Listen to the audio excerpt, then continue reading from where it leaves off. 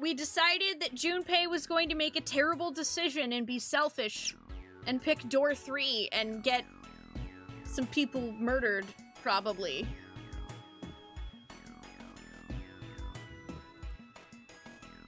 And now here we are.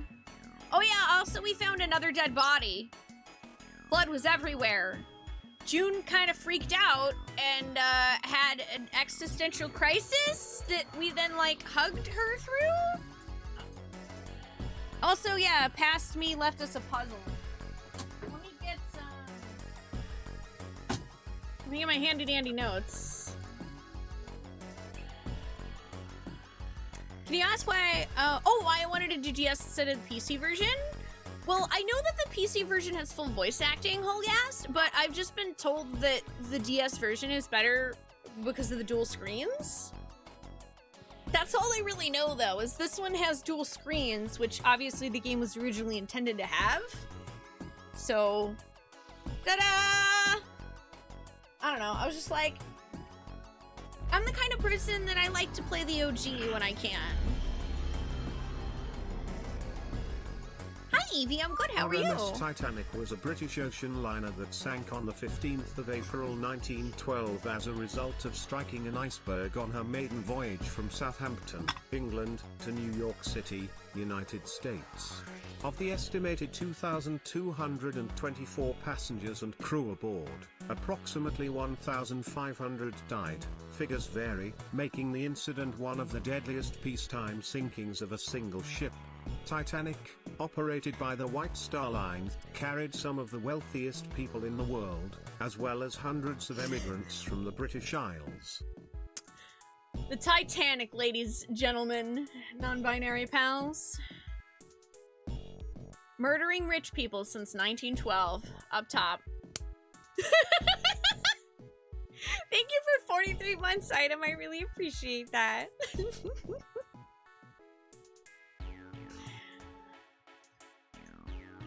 Harley Quincy. Hi, how are you doing today? Also, Snowman, that does sound fantastic.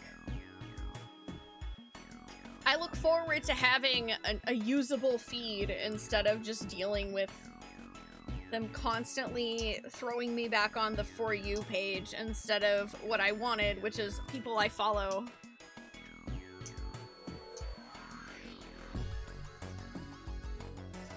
So, let's see. What did we get?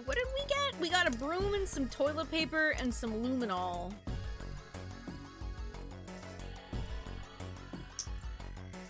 Bucket. Cool, I got a bucket. Can I wear it as a hat? It's a tin bucket. Hey, Jumpy. Do you remember back in elementary school when you spilled all of our paint across the whole classroom?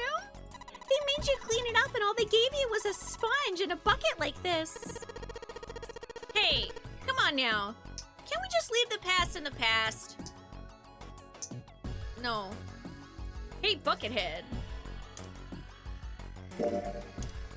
Put the luminol in the bucket.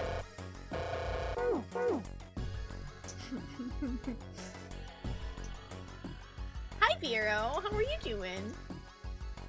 Doo-doo. Toilet! What do you think this is? It looks like tar. Yes, gather around me. I'm carrying the bucket. Don't go out of my circle.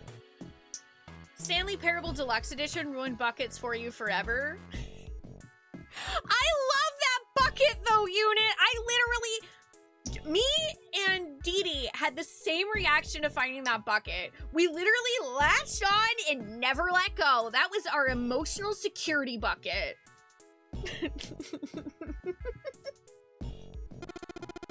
kind of sticky. I don't think we can just wipe it off. I doubt just pouring some water on it's gonna help much either. What about hot water? Hot water? If we had some really hot water, like boiling hot, then maybe that would wash it off? I mean, we have luminol. You can use it to detect blood. Or we also have some toilet paper. I don't know.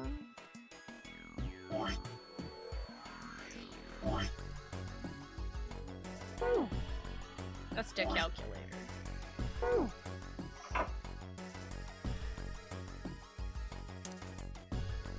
Yeah, because I don't think we can... I feel like these guys don't understand how you get rid of tar. It's a water tank for a toilet! I've seen a lot of OC guys try and hide a piece in something like this. Usually for 187 or something. Guess they think it's clever. Don't know when they'll figure it out. Everybody else thinks it's clever too. Huh? I mean, I know peace, but what's no C? Organized crime. What is that? Some kind of police slang? Huh? Probably. Huh? What'd I say? Why do you look all sad now? It's not really important right now, guys. Let's just check it out, alright? Well, he's not wasting any time. A screwdriver! Hooray!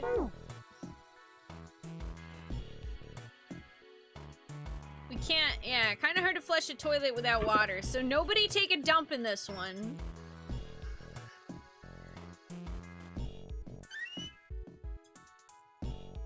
Yeah, of course.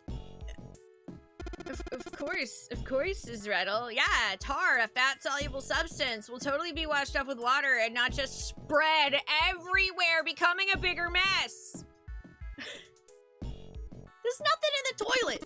If there was, that'd be gross. There might be something in the tank, you know. Let's open this shit up. A red keycard. Okay. There's no toilet paper here. Can I put the toilet... Alright, I know this is dumb, but can I...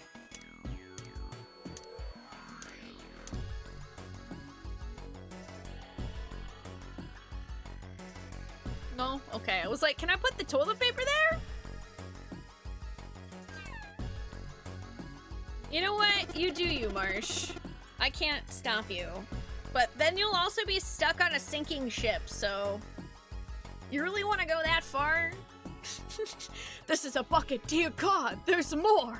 No! I already checked all 3 toilets, you know. Nothing unusual there. Come on, man! I said I already checked them! What, you don't trust me? No. Jesus, Junpei, I said I checked them all! The doors to the toilet stalls. Santa says he already checked them out. Didn't find anything, apparently. I don't trust him at all. It's a thermometer. Can you get it off? No, it's screwed onto the wall. Oh, well, I have a screwdriver, so that's actually not an issue.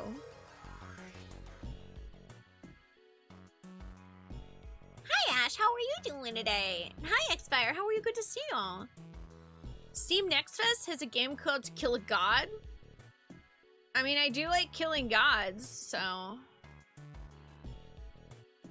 The thermometer was screwed onto the wall. That meant that Junpei needed to take the screws out with a screwdriver. While he was so engaged, Santa suddenly spoke. Hey, Junpei, you know why thermometers only go up to 107 degrees Fahrenheit or 75 degrees Celsius like this one? Junpei answered without taking his eyes off the screw. No, can't say I ever thought about that. At 107 degrees, the cells in the human body start to die and the organs begin to shut down. The proteins in your cells start to harden. It's like when you hard boil an egg. Even if you cool it down afterwards, it won't go back to being a raw egg. In other words, it's dead. That's why thermometers don't go past 107. There's no point. Is that true? Why had Santa brought that up, Junpei wondered. Oh yeah? He continued to work at the screw. But it's pretty for a fever to get that high. Even viruses and stuff don't usually drive the body temperature up until 107. Of course, there are other external things that could. Like what? Well, let's see. Something like getting locked in a sauna. Or getting thrown into an incinerator and burnt to death. Huh. Yeah, I guess that would get a little hotter than 107 degrees Fahrenheit.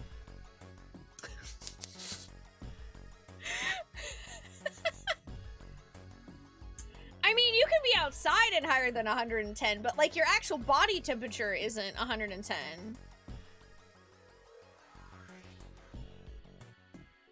Junpei gave a short, barking laugh. A moment later, the screw fell off. With a small tug, Junpei pulled the thermometer from the wall. All right, I got it! He looked up and saw Santa glaring at the blank section of wall. Huh? What's up? Nothing. Forget about it. What? Bro, are you okay? I mean, I guess to be fair, he just witnessed us, force two people to probably drown, so I don't think he's... I don't even know why I asked the question, are you okay? No one here is okay. Santa spun around and walked off, away from Junpei. But as Junpei watched him go, he didn't look angry. He looked very, very sad.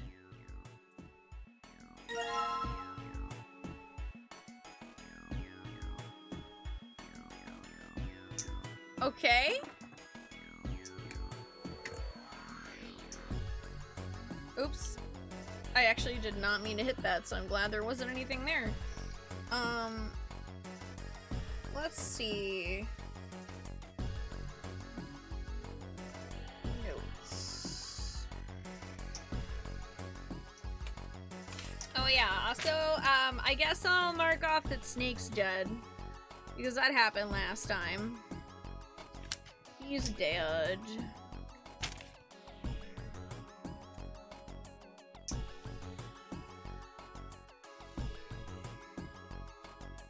KO'd in hospital for Ace. I'm also marking that Clover is currently trapped in hospital.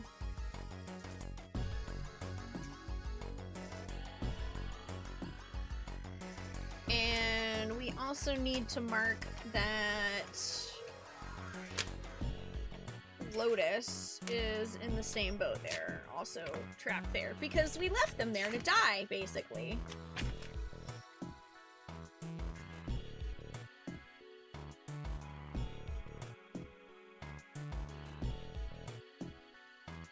So, like, they're not actually dead, but they will be. Okay, so Santa, says thermometer. Don't go above 107 degrees Fahrenheit because the human body starts to die at 107. How he know? He looked sad.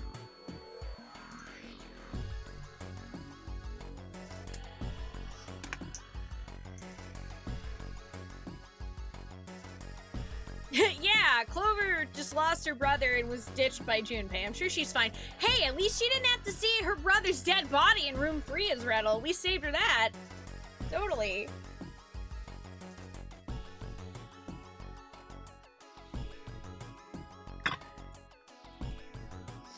Freddie Mercury could survive it. 200 degrees, and that's why they call him Mr. Fahrenheit.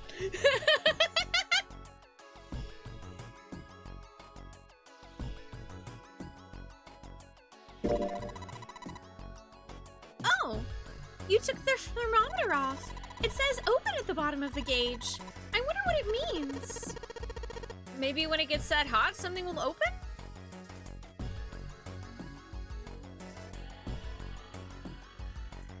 Okay.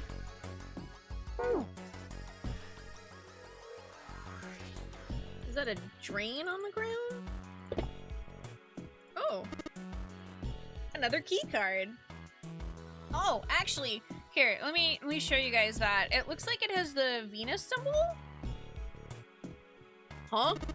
It looks like there's something down there on that crate. I think it's a card. Yeah, it's the blue card. Can't reach it though. It's too deep. Well, it's time to pull out our Harry Mason stuff. Where we have like a big string or something. Yeah, it looks similar. You're talking about the one we found in the toilet, right? Yeah, the red card floated, didn't it? Yeah, it did, so? Well, then this blue one probably floats too, right? Float. Yeah, it might. Yeah, we have various concerns. We have big problems. You know how it goes. Alright. So I don't think we can do anything here at the moment. But that's good to know that there's a card in that grate. There is some locks. It looks like the red light's off. Yeah, and it still says lock. Interesting. Nothing happens when I press these buttons. Well, it looks like the power's on. I'm wondering what the deal is with those things that say lock up there, though. Well, it looks like there's a card reader. So... Aha! Alright, so I used the red card and that went to okay. The red light's on, Jumpy! I don't have the blue card, so I'll have to wait there.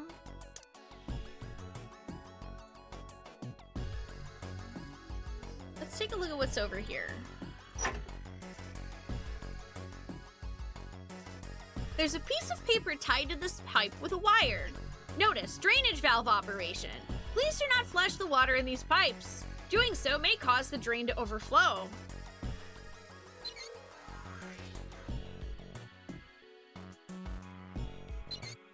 Well...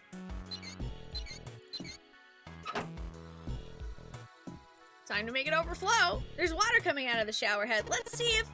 Shit, that's hot! Really hot! Man, that water must be just about boiling! Well, we have a bucket. Maybe I can use the shower here to fill the bucket with hot water. Hey, Seven, could you turn on the shower? I'm gonna put the bucket under the head. Okay, sure thing. Fill the bucket with water. Fill the bucket with water. Fill the bucket with water. Ba-da-ba-ba-da-boo. Also, can I combine these? No. Okay. I was like, maybe if we put the thermometer in the hot water, if it's hot enough.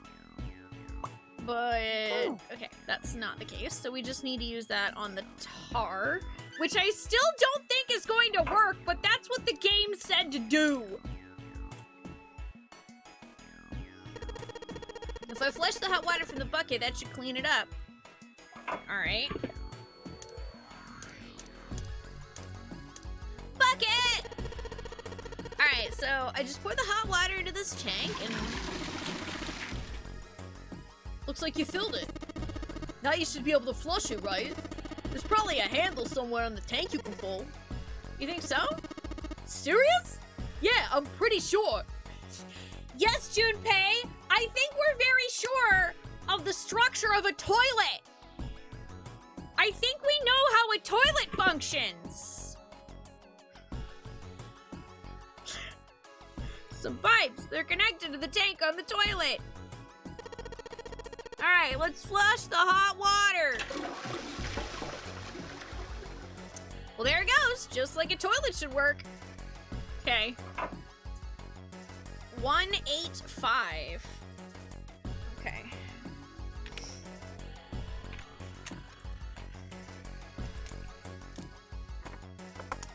equals.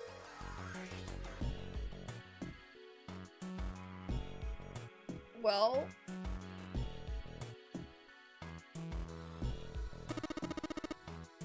I'm gonna assume that we do our math to that, but let's see what the game says. That stuff's washed off.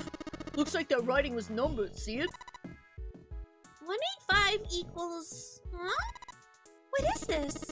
You got me, just looks like numbers. I mean, if it's... that'd be...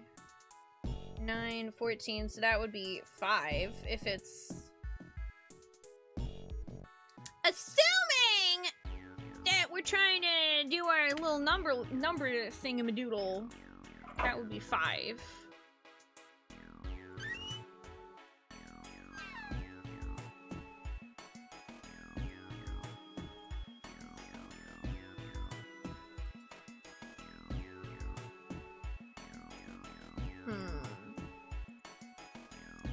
An old message written in blood. It says LLR. Okay, I wasn't sure if there was anything else.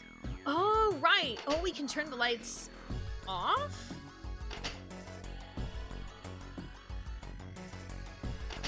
That's interesting. Can I...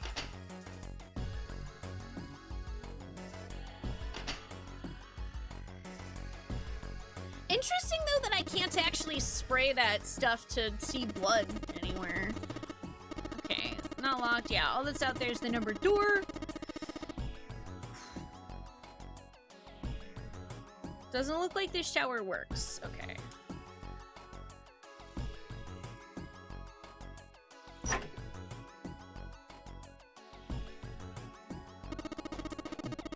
The pipe on the right here must be connected to the drain in the middle of the room.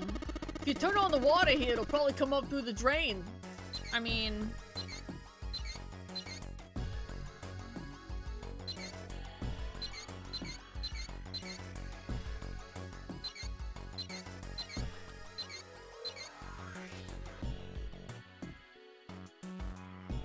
Yeah, okay.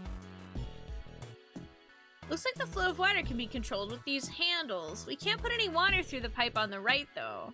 If we do that, it'll start overflowing from the drain. Okay, but I want to do that.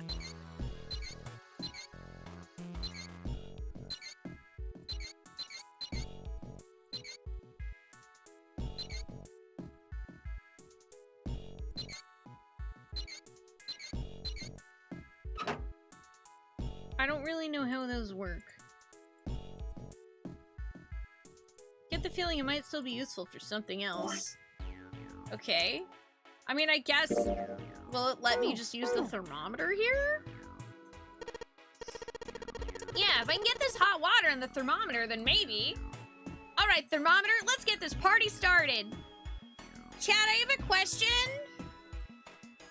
Why couldn't I have used the bucket for this? It would have been more effective.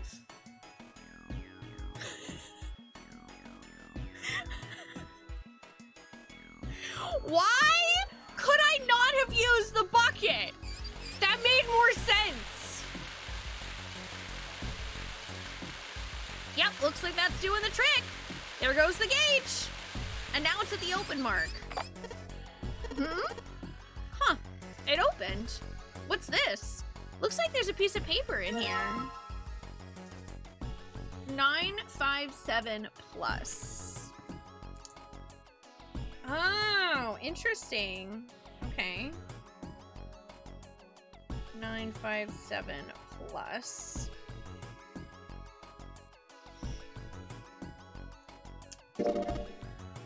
$957 plus. That means you're supposed to add something to 957, doesn't it? Well, yeah, it doesn't take a genius to figure that out. Problem is what to add. I mean, we could assume the 185, perhaps.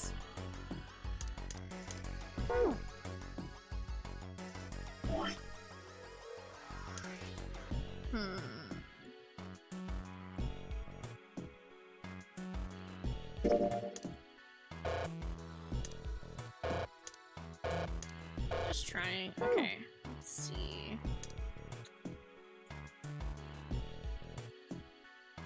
I wonder where the this goes.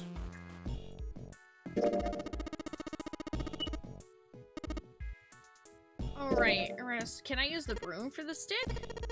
What if I wrap because I saw that part last week, I'd forgotten that we were supposed to wrap the toilet paper around a broom.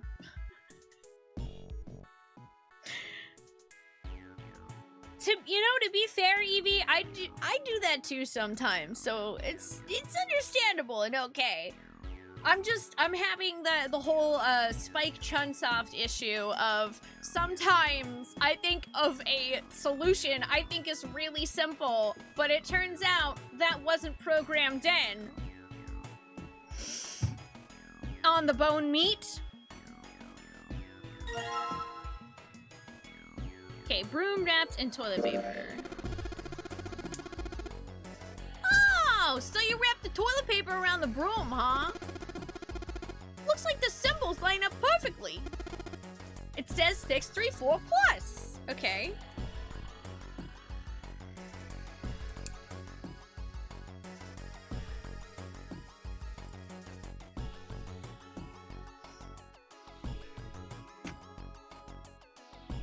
All right.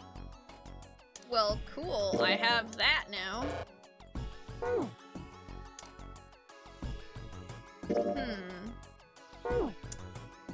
wonder what I can use the luminol on. Use it to detect blood. I'm like,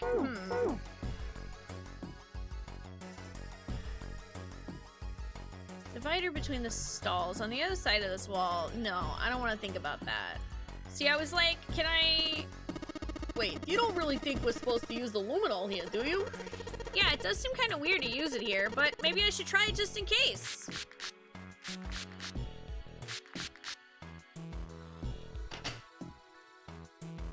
Ah, okay. Oh,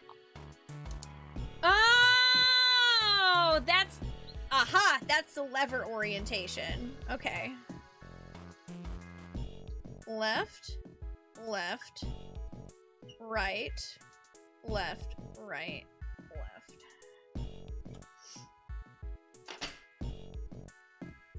I was like, I know that there's gotta be something that I'm using this for that I just, like, don't have yet. So left, left, right, left, right, left. Well, I did what it said on the wall. Da-da-da-da! Use luminol on Phoenix Wright's face. I still need to play Phoenix Wright. I wonder if it actually did anything. Hey! This drain's acting up! What the hell did you do? Ha ha ha ha! 9 games, 9 moons, 9 logics. At least it's not cat hair mustache. Hi, Dub. How are you doing today? I had also forgotten the toilet paper had symbols. I need to make it a habit to re-examine every item we have whenever I start the game back up. I just messed with the valves a little. Nothing big. No biggie. Jumpy, the cart's floating.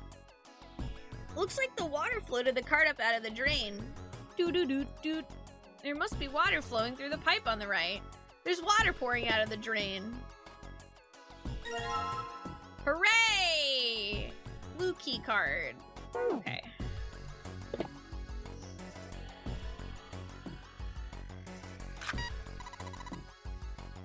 Great job, Jumpy!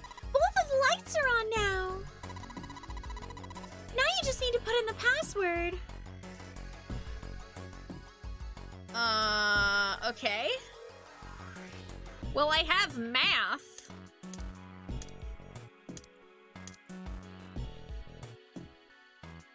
But it looks like there's 4. Are there 4 numbers? Both lights are on. We should be able to enter the password now. What's with these E and C keys? E means enter and C means clear, I think. So after you put in the password, hit E. If you screw it up, hit C. Okay.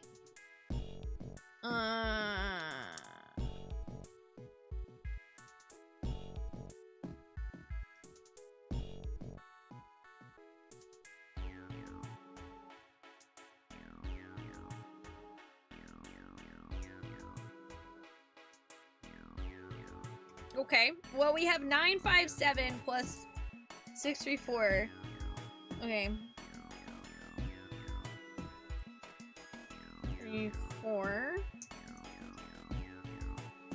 plus 185, and then equals. Okay, I don't think I'm supposed to do the funny number thing. I think I'm actually just supposed to, you know,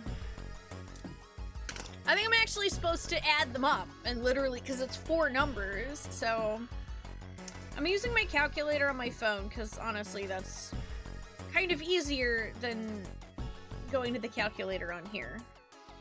I have the technology! So 957 plus 634 plus 185 equals 1776. I swear to Gord!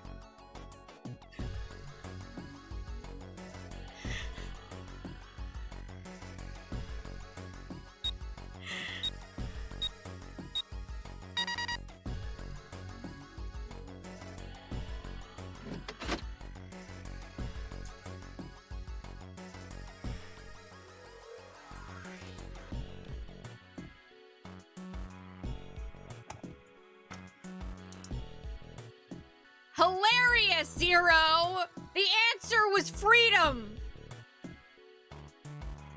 Dick. I love that I probably looked so disappointed, and Item's just like, LOL!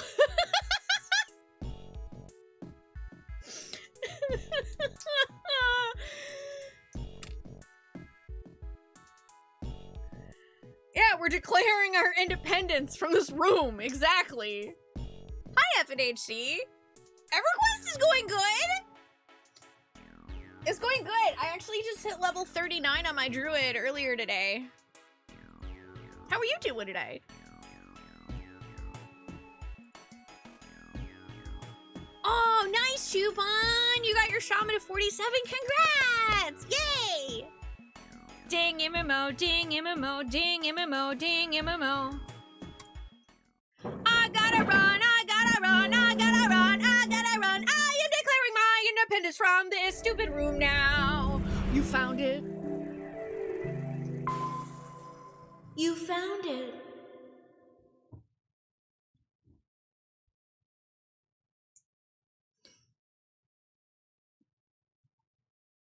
Oh, you forgot 1776 was the password for this one. Have a good night, Ichigo. Thanks for joining us. You rest well. Outside of the shower room was a hallway that extended off to the left and right. At the right end was a large iron door.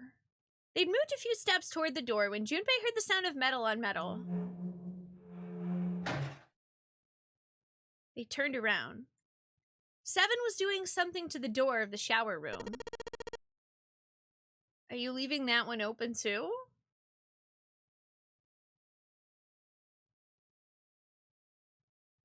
Ooh, at 49 you get upgrades to both your dot lines? Heck yeah. I just got an upgrade to my big like burst damage spell at 39. I'm getting, I think I'm getting 2 dot upgrades at 44. Yeah, Zero standing outside of every room saying, "You found it!" with jazz hands. And then he just like whoop whoop whoop whoop whoop whoop Zoidbergs away. I did a thing. Melvin! Thank you for 50 months. Hi, how are you doing? And hi, Evil Sandwich. I hope y'all are doing good. You do have a document with solutions to all the puzzles, but that's on your other computer. I am proud of you for having that item. That's dedication. What are you doing, Seven? Well, I figured maybe me might want to come back here sometime, so I stuck the broom in there to keep the door from shutting. Alright, let's go. That's the second door he's done that to. With that, he stood up and began walking down the hallway. He brushed past Junpei and kept going. After a moment, the rest of them followed him. Before long, they found themselves at the large iron door. They had only been there for a moment when June spoke up. You love this game so much, you sucked at it, but you loved it anyway. That's okay. I don't imagine I'm any good at it either. I'm just, you know, I'm barreling through it in my very streamer-like manner. Ooh, plus 40 charisma buff. Nice. He's taking precautions. Like, I don't blame him. I'm just like, this has got to be, like, for something. I've been writing down I wrote down that he left plate in the first class cabin door to keep it unlocked. Left broom in shower room door to keep it unlocked.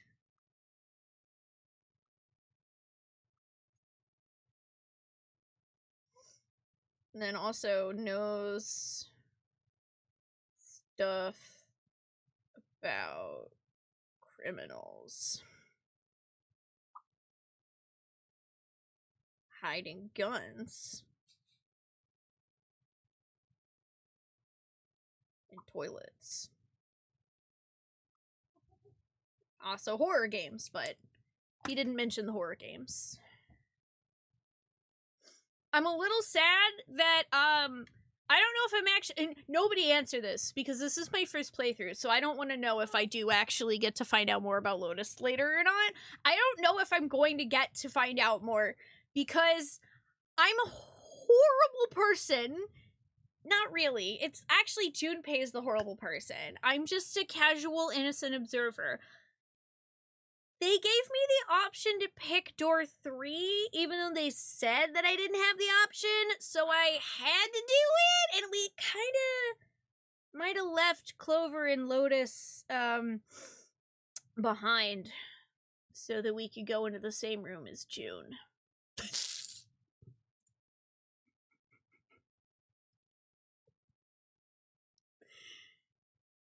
Oh, I haven't been to City of Mist. Is that good, Chupon? Jumpy, look! He turned. There, on the right side of the hallway, was a piece of paper attached to the wall.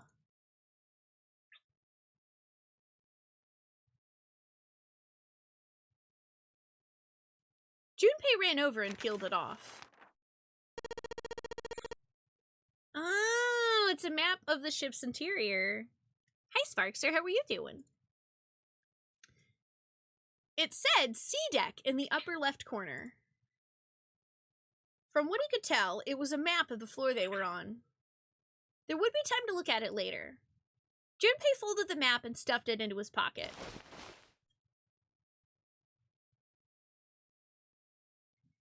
Yeah, Lotus, Clover, and Ace were left behind in the room with all the hospital beds. Yeah. They're kind of boned because I think even if Ace wakes up, then that's 8 and 4, which is 12, and then 1. So that'll be 4. And there is no door 4 there. So basically, unless it turns out that I'm right about that one door that didn't have a number on it magically opening if we make it through this, then yeah, they're stuck there. We'll see, though. We'll see.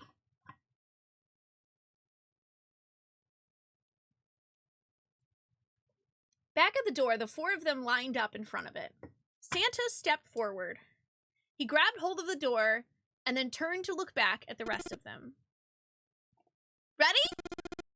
I'm gonna open it! They nodded. Santa nodded back and threw the door open. I'm gonna laugh so hard if that's literally this door. All 4 of them left through. It took only a moment for them to realize where they were. They had been there only a short time ago!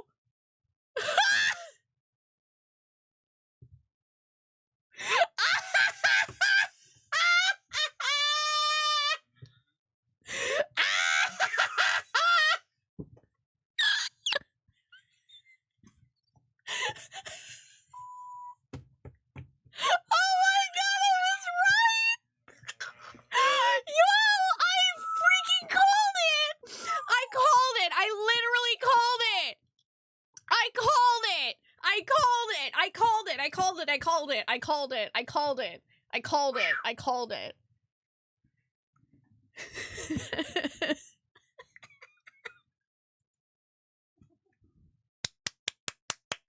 Yes, I can't wait for the consequences of our actions.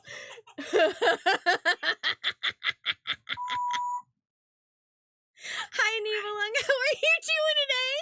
Also, I'm sorry you're having a rough day, Sparkster. Hopefully, Junpei having a rougher day will make it better. I can't believe, like, dude, I am so stoked that I was right because this is hilarious.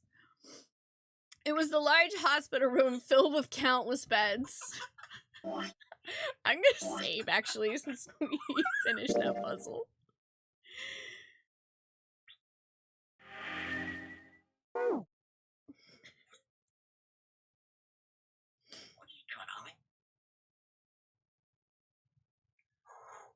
Lotus and Clover looked up as they entered. Ace was there as well, although he looked as though he had only just woken up. The moment they spotted Junpei, Lotus and Clover headed straight for him. As she neared him, Lotus drew back her hand and slapped him, open palmed across the face.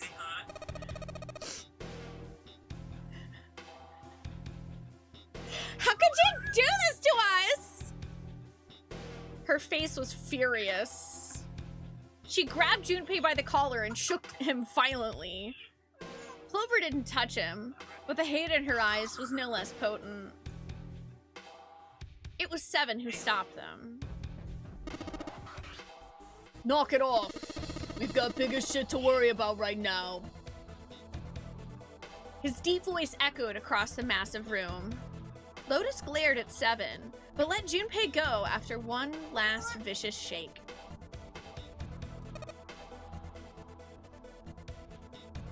What? Go have a look. I stuck the screwdriver in the door.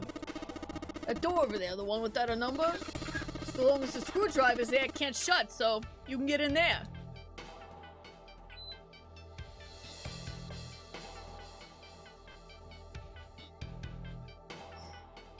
So basically, he's been taking all of our extra tools and leaving doors open.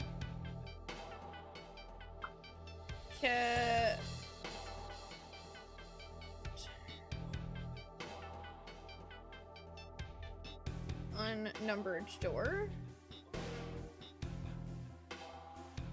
Open with screwdriver.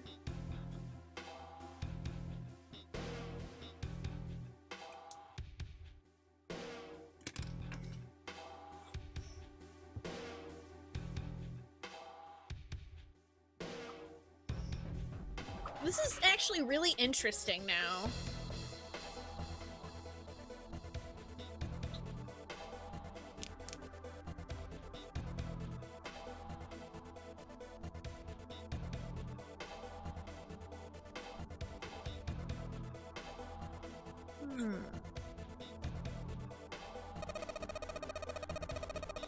Then you're saying we can go in there without passing through the numbered door?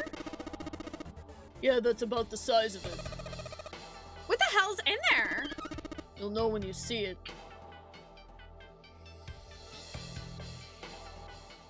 Oh no.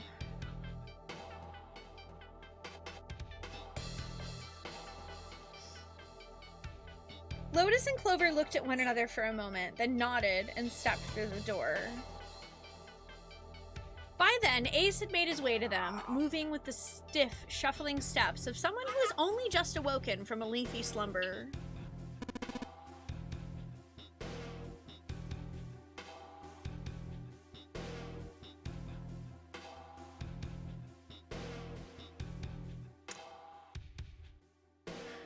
My goodness. I know I said I was sure you'd come back for me. I didn't think it would happen so soon, though. Ace shook his head weakly. Should I go as well? Seven nodded. Very well. Ace followed Lotus and Clover with his stiff, tired gait. Man, this is gonna be bad. Hi, Mike. How are you doing? They're about to find Snake's dead body, and I don't like that at all.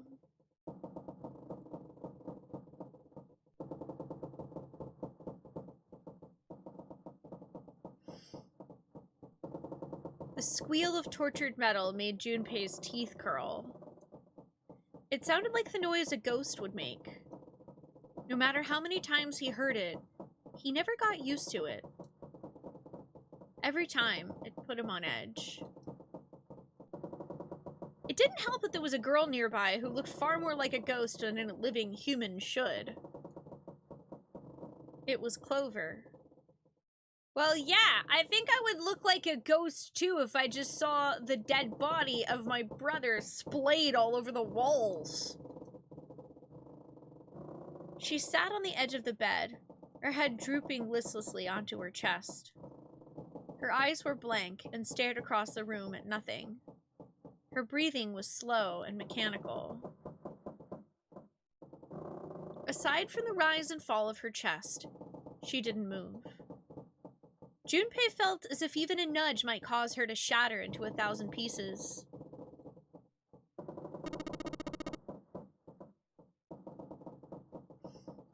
Snake was probably murdered. You think? Chances are he was killed the same way the 9th man was. Seven lowered his voice, likely in an effort to keep Clover from hearing what he had to say. Yeah, but how did he get in there? Did he just go in?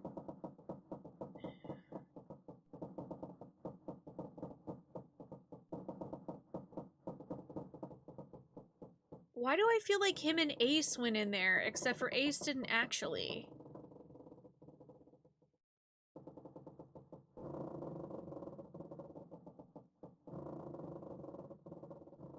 But wait, you need at least 3 people, right? I think it's, yeah, it's at least 3, so...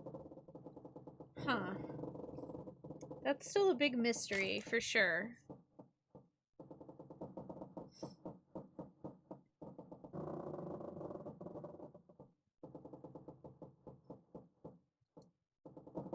There were 4 other people in the room with Junpei and Seven. Ace, Santa, June, and Lotus. Seven looked at each one of them in turn and continued. Pretty straightforward. Not that hard to figure out how they did it. First, the killers got Snake to authenticate on the red to open door 3.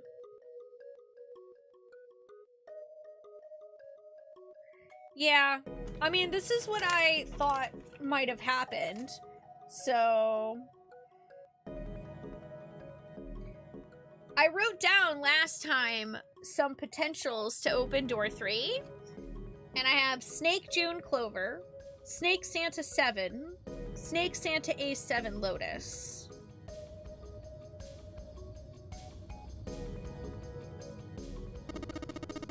Then they shoved him into it alone, and waited 9 seconds for the door to shut.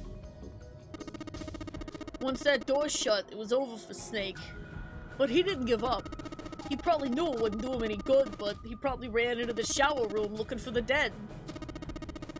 It was a small chance, but it wasn't like he had anything to lose. Unfortunately, it didn't work. The detonator's only deactivated if everybody who authenticated when they went in uses the dead. And then 81 seconds after he was shoved in, that happened.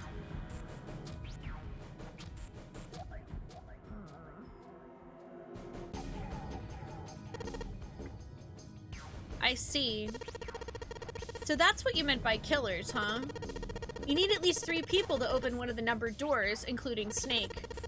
It wouldn't open for Snake and a single killer. Exactly. That means we're looking at multiple perps here.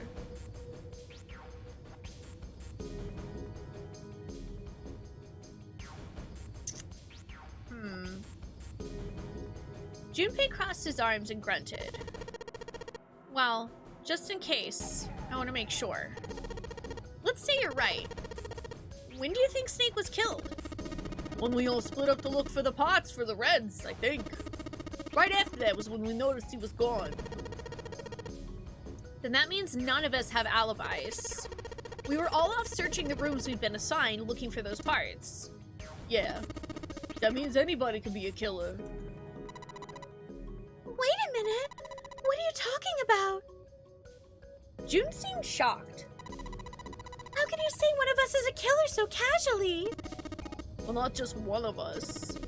If I'm right, then at least 2 of us are murderers.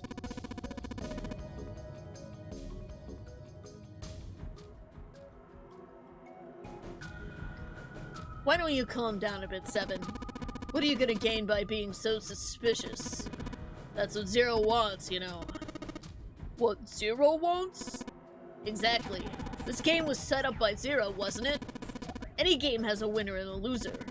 Whoever makes it through door 9 is a winner, and those who don't are the losers. Zero's trying to make us fight against one another for that victory. Then you're saying that Zero is trying to split us up by making us fight each other? Yes. That's why we can't let ourselves fall prey to suspicion. We have to trust one another and form a strong bond of friendship. Except for there are 2 people at least that already murdered a guy. So I don't see how this is gonna help us.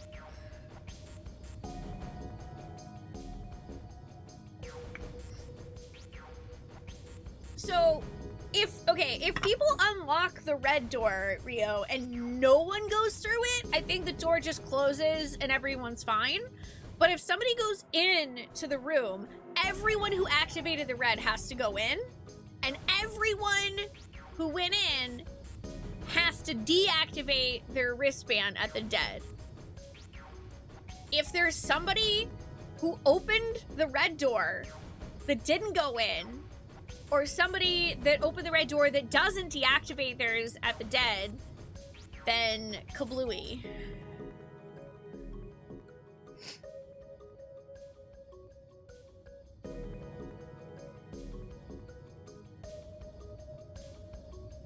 Yeah, at the start they do a test where they authenticate, open a door, and then just let it close. And then that was when they saw the 9th man's body, because the 9th man had faulty information and thought that he could use 2 other people to help him open a door and that he could just then go through the door alone and be fine, but then he exploded. Otherwise, we'll end up ensnared by Zero's manipulations. Then does that mean that, like, the person who killed Snake? Yes, almost certainly Zero himself.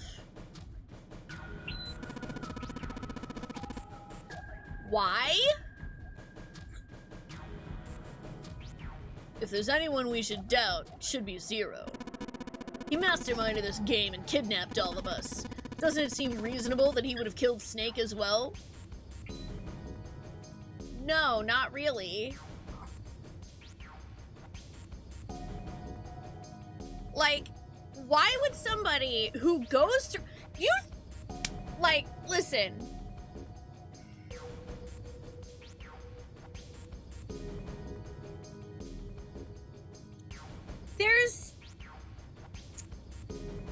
There are the kind of people that kill people just like random murder sprees, and then there are the kind of people that meticulously plan something out, like what you're in the middle of, Ace.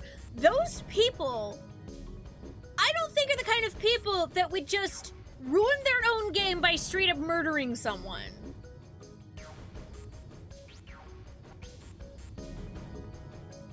I'm pretty sure they would just keep letting the social experiment happen, because that's why they're doing it.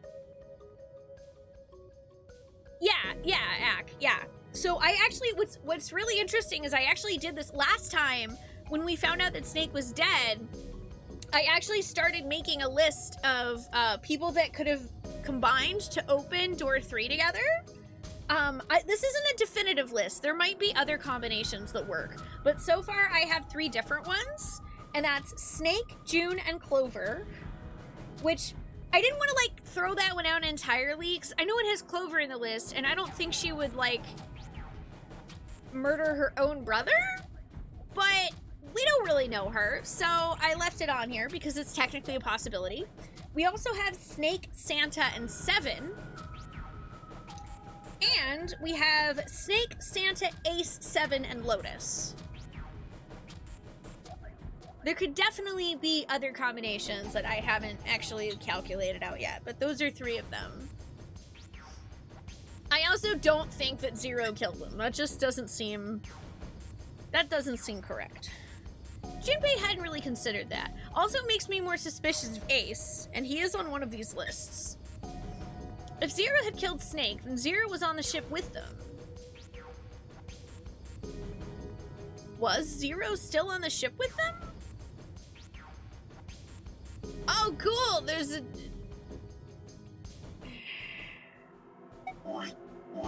Save time. I don't think we know that.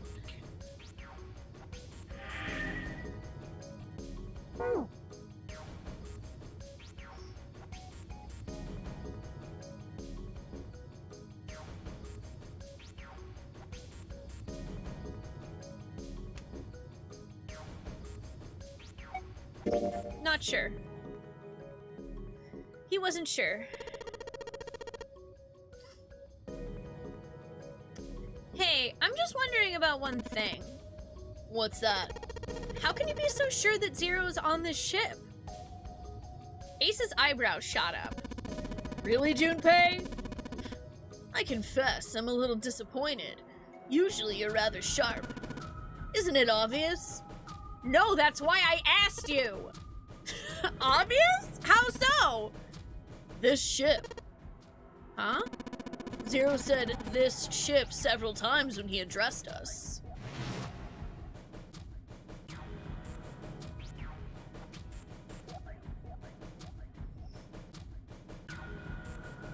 I mean, okay, that doesn't necessarily mean he's on this ship. That's not good enough for me.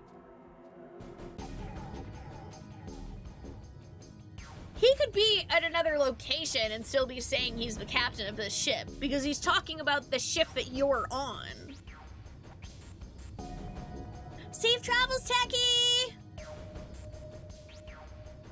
I've actually never seen Sword Art online. Yeah, leave this ship alive. Uh-huh. Yeah, this ship, this.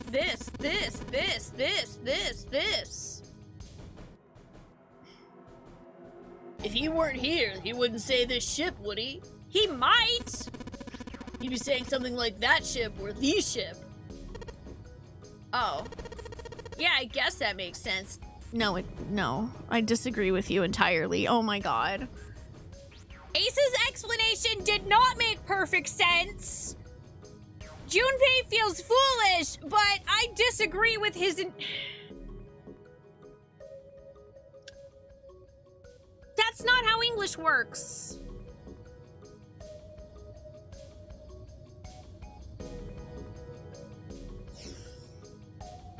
Still, he was left with a question, and it was one of no small importance. Yeah, maybe, you know what, InterReal, that's probably it then. It's probably a translation thing where maybe in the original Japanese, maybe the word that Zero uses is specifically a version of that word that means that he's physically in that place.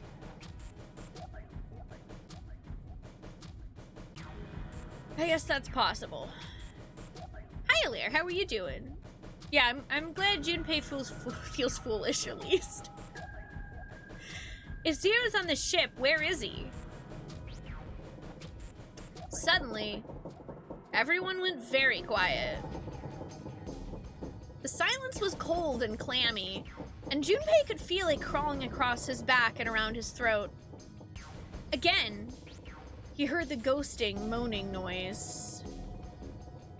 And moments later, a person who looked more ghost than human appeared.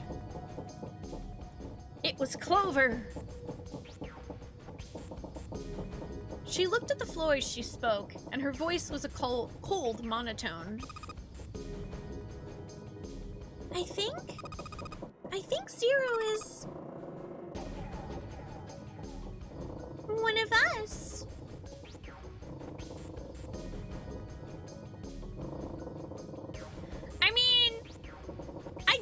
mentioned that that was a possibility last time we played. Oh my god, the...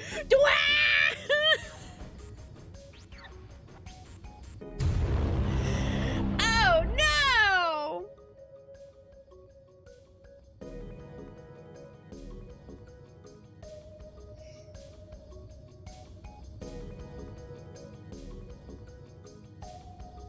Every human body in the room froze. The only sound was the muffled rustling of breath. I mean, the bridge does have the communication system, so that would make the most sense. However, there is also, I still agree with Clover here, that technically there is the possibility that one of us is actually Zero and is participating in the game because it's fun and exciting. I mean, after all, this is Spike Chunsoft we're talking about, and although it was a different team that wrote Danganronpa, that literally happened.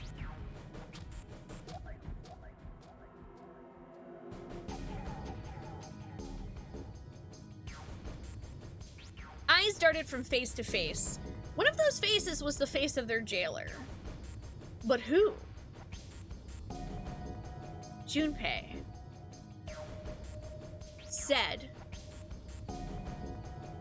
"Oh, I mean, that's possible." Well, that's possible. Huh? Like Clover said, Zero might be one of us. What are you saying, Jumpy? I'm saying it's you! I'm saying you, June, are secretly a psychopath! Like, actually, for real, I genuinely think it's her. Or us. No one say a word. Hi, Alice. How are you doing? Metagaming alert. Oh, no! The metagame police are gonna take me away! Didn't you hear what Ace said? Exactly. I said we shouldn't suspect one another for no reason. No reason? I've got a great reason. What's that? The bracelets. He held out his left arm. Why are the bombs in our bodies connected to the bracelets? You're all thinking Zero's hiding somewhere watching us, right? If he's doing that, then he could just detonate the bombs by remote control if someone did something they weren't supposed to. Unit with the honorable Sudoku. I know who it is. It's a 10-minute timeout. Oh no! We get some F's in the chat for Unit. We'll see you in 10 minutes, friend. What if Junpei's alone on the ship and he's hallucinating this whole thing? It's just one big fever dream and he's actually having a 107-degree fever act. That's why... I got it. I got it. I got it. Okay, listen. Hear me out, chat. Here's the thing. Junpei is actually having a 107-degree fever.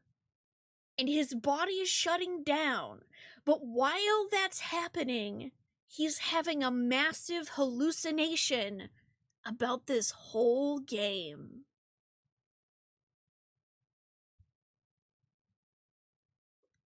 Checkmate.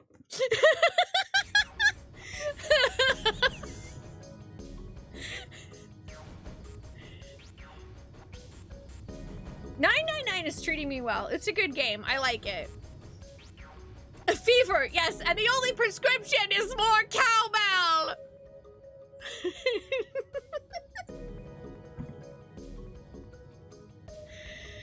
He held a, it would be a lot more precise and a lot easier, but if that's the case, then why is the bomb set up by the detonator in the bracelet? Huh, you got a point. You think I'm confusing this with Eternal Sonata? Hi, Tempest. Hi, Pitcher X. How are y'all doing? Tyler Durden said you would say that, sir. I'm not done. Try applying the same ideas to the Nonary game. All of the puzzles here run all by themselves. In other words, Zero doesn't have to be controlling them for the game to move forward. Why is that? Why would Zero bother to do something like that? Junpei let the question hang in the air and looked at the others. It was Santa who answered. So, let's say you and Clover are right. Zero's one of us. If that's the case, then it'd be really hard for him to keep track of all of us or control anything remotely. That's why all the puzzles run by themselves. That's what you're getting at, right? Yeah. Junpei nodded. 7, when we were talking earlier, you said any one of us could be Snake's killer, right? Yeah, something like that.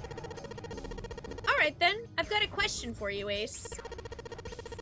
You said something like, Zero must be the one who killed Snake, right? Yeah, something like that. I can't think of any other explanation. So, what do we get if we combine those? They fit together pretty well, I think. Something like this. Whoever killed Snake equals 0 equals one of us.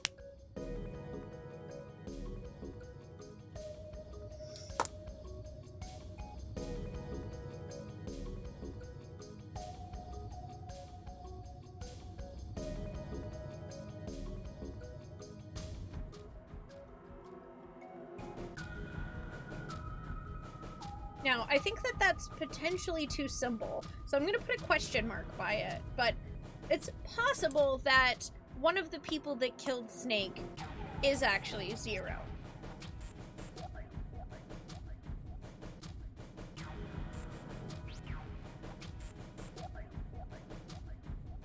Which really makes it... that really makes me think that it is June.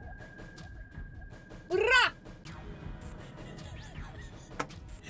Oh, nice, Snowman! Hell yeah.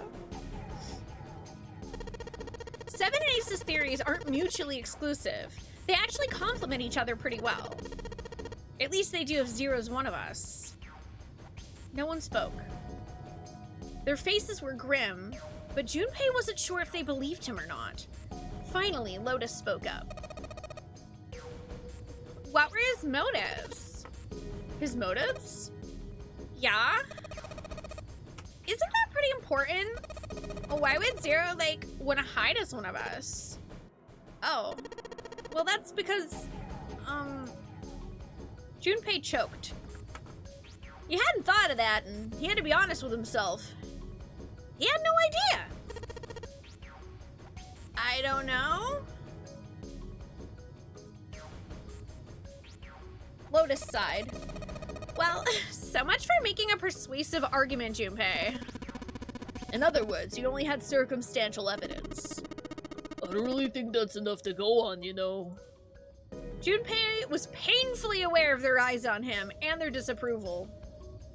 He tried to find something else, anything else to look at. Yeah, we're zeroing in on the culprit, Israel. You're right.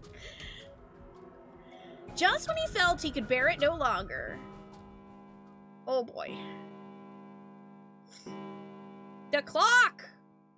They heard a bell begin to ring. It was the clock at the central staircase. 3 in the morning. That means we have 3 hours left. Then we need to move now. 7, Clover, Junpei. I know how you feel, but you do understand that right now it's important we trust one another, don't you? Junpei couldn't bring himself to respond. He swallowed the words he wanted to say and sighed. 7 and Clover remained similarly silent. Their eyes were looking at something somewhere else, very far away.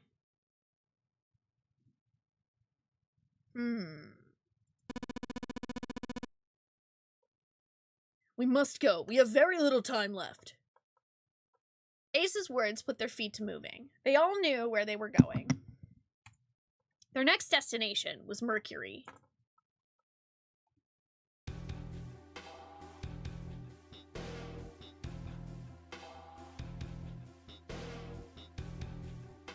They stood in front of the elevators next to the stairs that led to the casino and the kitchen.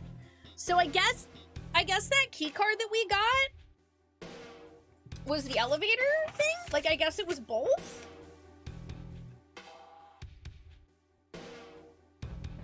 Yeah, okay, yeah. It was Mercury. So, interesting. So, actually, we got the key card for the elevator from door 3 and then came out.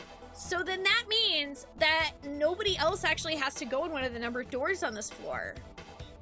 So actually, it turns out that was the better choice, probably.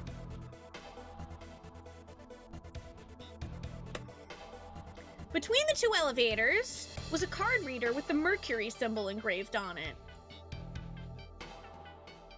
Ba-ba-ba-ba! Junpei stood in front of it with the Mercury key card. He'd found the card while investigating the shower room. He took a deep breath and slid the card through the reader. It made a small beep, and the lights on the reader blinked to life. Now they were ready. 7 people, including Junpei, climbed onto the elevator.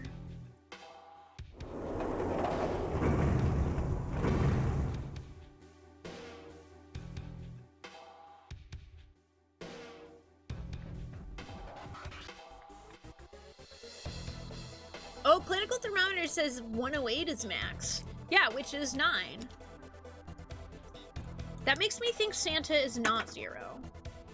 Which I was leaning towards anyway. Hi, Giratina. The game's good. I chose door 3 because I thought it sounded really interesting for Junpei to be a jerk instead. But it turns out that maybe better because we got the Mercury key card and now everyone can go up the elevator, so we didn't actually have to leave anyone behind. We'll see, though. We'll see if it's actually a good or a bad choice. We won't really know till the end of the game, and that's fine. There were only 2 floor buttons they could push. The C and bottom buttons.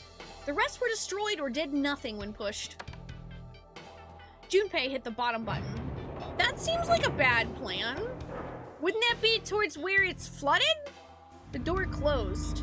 Slowly, they began to move downward. Sometime later, all 7 of them stepped off the elevator and onto the bottom deck. Unless the bottom deck is higher than the C deck, maybe? They stepped off and saw that the hallway to their right ended somewhere between 20 and 25 feet from them. The hallway in front of them was a dead end, but not a regular dead end. Oh good, it's a number door! Oh yeah, I'm still innocent. I'm as innocent as can be. I'm a perfectly innocent angel, Doiker, and no one could ever say anything otherwise about me.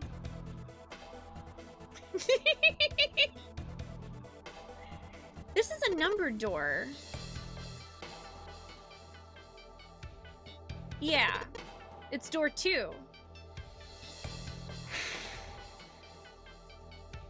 Immediately, they began to discuss who would go through it. Their earlier experiences had shown them that they would meet again, regardless of which numbered doors they took. That's not necessarily true!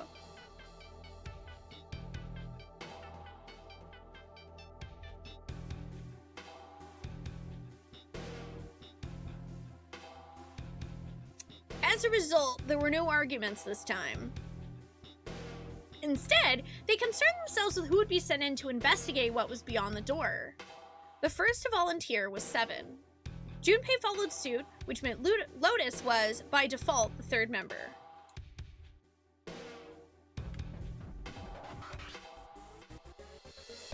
Five plus 7 plus 8 equals 20! 2 plus 0 equals 2.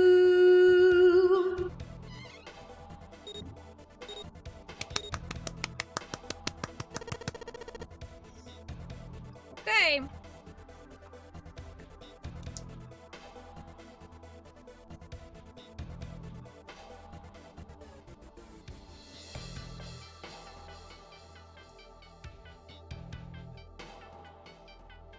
Okay.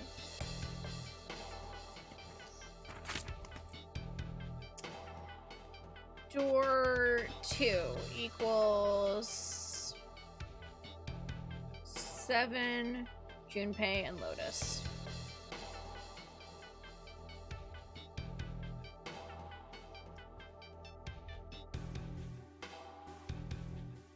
You missed the finger puppets? Oh, sorry.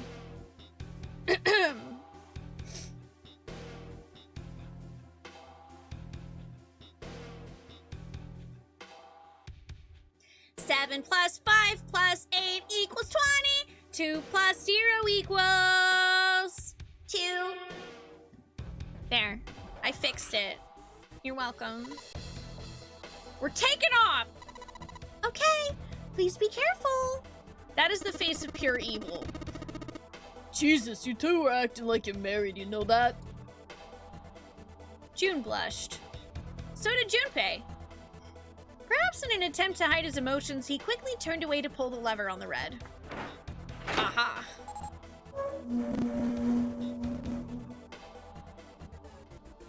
The door opened. As they'd come to expect, there appeared to be a short hallway on the other side. All right, let's go! Lotus was the first through the door.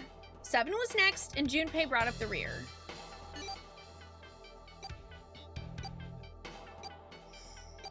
Fortunately, it took them only moments to find the dead. It had been placed just inside the room, right next to the numbered door. They gathered around it and quickly scanned each of their bracelets.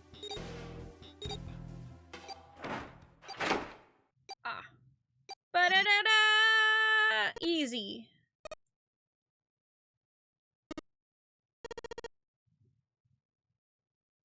It stopped. Yeah, it stopped. Junpei could feel his heart pounding against the inside of his ribs. 7 and Lotus were breathing hard and fast. It was the 3rd time they'd been through the process, but they had yet to grow accustomed to it. Not that Junpei wanted to. He planned to finish the game before he got a chance to let imminent death become commonplace. Okay. Junpei looked around again. I'm like, whatever you say, buddy. It was a short hallway with 5 doors along the walls. There were 3 doors along the left wall, and a single one on the right. At the end of the hallway, the 5th door was covered by a thick metal plate. Junpei didn't think they'd be able to open it. After taking a look around the room himself, 7 spoke. Alright, let's get started. I think we probably better split up. You two okay with that? Yeah, no problem. Sure thing. 7 nodded to them and stepped into the room closest to him. Lotus looked at the doors for a moment, then headed for the one in the center. At last, Junpei was left alone.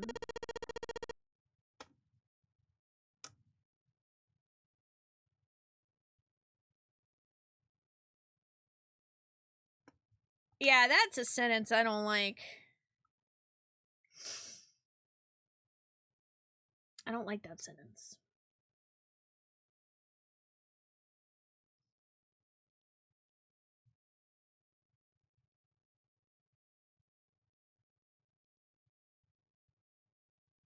Let's see. I'm also, I was sitting here also trying to think of if there was any way for Junpei to have opened the door with Snake. Because, I don't know. I'm like, it's not like it's impossible that it could be us and we're just not getting that information. Who really knows? Let's get started. He looked intently at the remaining 3 doors.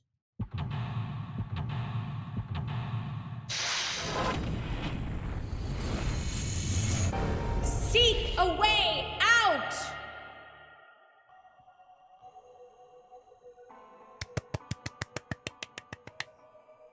Seek a way out.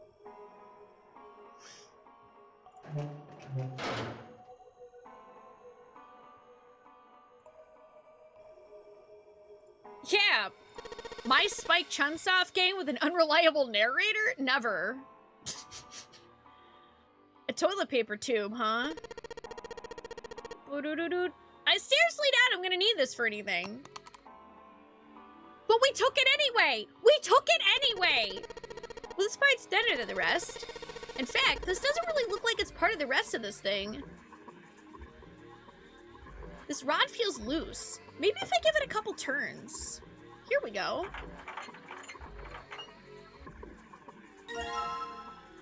It's a screwdriver shaft. Gotta build our own screwdriver this time. Yeah, the rest of that is not going anywhere. Of course we are, Tonberry. Oh good, there's a sun symbol on this toilet. Symbol on a toilet lid, huh? Seems a little fishy to me. It's a sun symbol, but it doesn't look like the ones on the doors. This looks like a toilet. Pretty old school toilet. Guess that makes sense though. The ship seems pretty old too. I mean, I don't know what an old school toilet is, but okay. Hey, this handle's pretty loose. Loose? You think it'll come off if you pull on it? It fell off. Huh. Look at this. That handle doesn't really fit on the string. Maybe it wasn't meant to be attached to it. A handle. Ooh, well, let's make ourselves a screwdriver. Easy. I made a screwdriver, chat. Aren't I great? What is this weird swirly? What the hell is this supposed to be? Like a drawing of a whirlpool or something? Well, if I had to guess, I'd say it's trying to look like water? Look kind of like a spring. There's a little tile in the drain.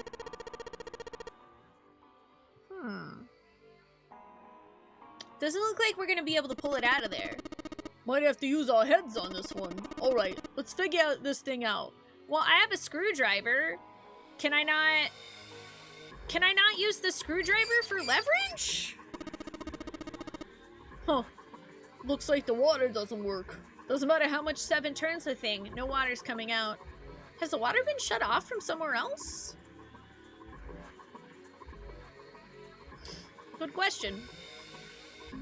There's a dirty blanket on the bed. There's a dirty blanket on the bed. I wanted to check under it. This is a mess. It's not even a bed anymore. Can't say I'd want to sleep there. This bed's really dirty. Okay. Can I not... Alright, I guess you're not gonna let me, like, pull the blanket back and look under it. Okay.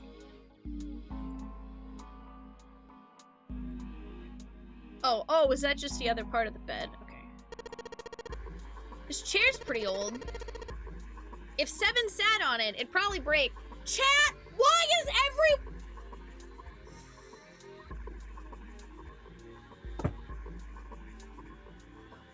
Junpei obsessed with every single chair in every room in this game? And he's always talking about how if 7 sat on it, it would break? Why? This is ridiculous. Hi, Kitty Trouble. Hi, Saltiest. Don't mind me yelling at Junpei for once again talking about how 7 would break every chair in the game.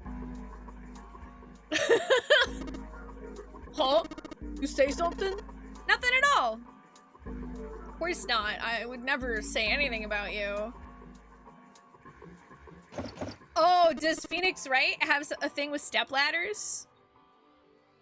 World building to emphasize 7's dumpy? It's dumpy and jumpy!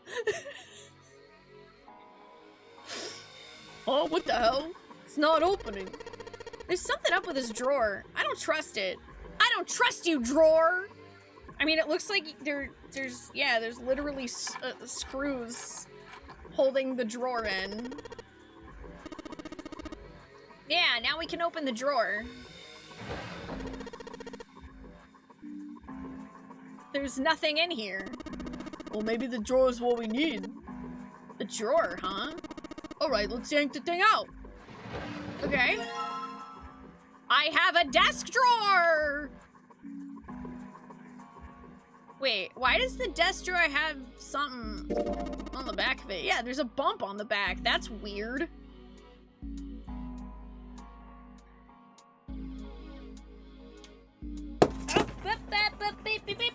I dropped my controller.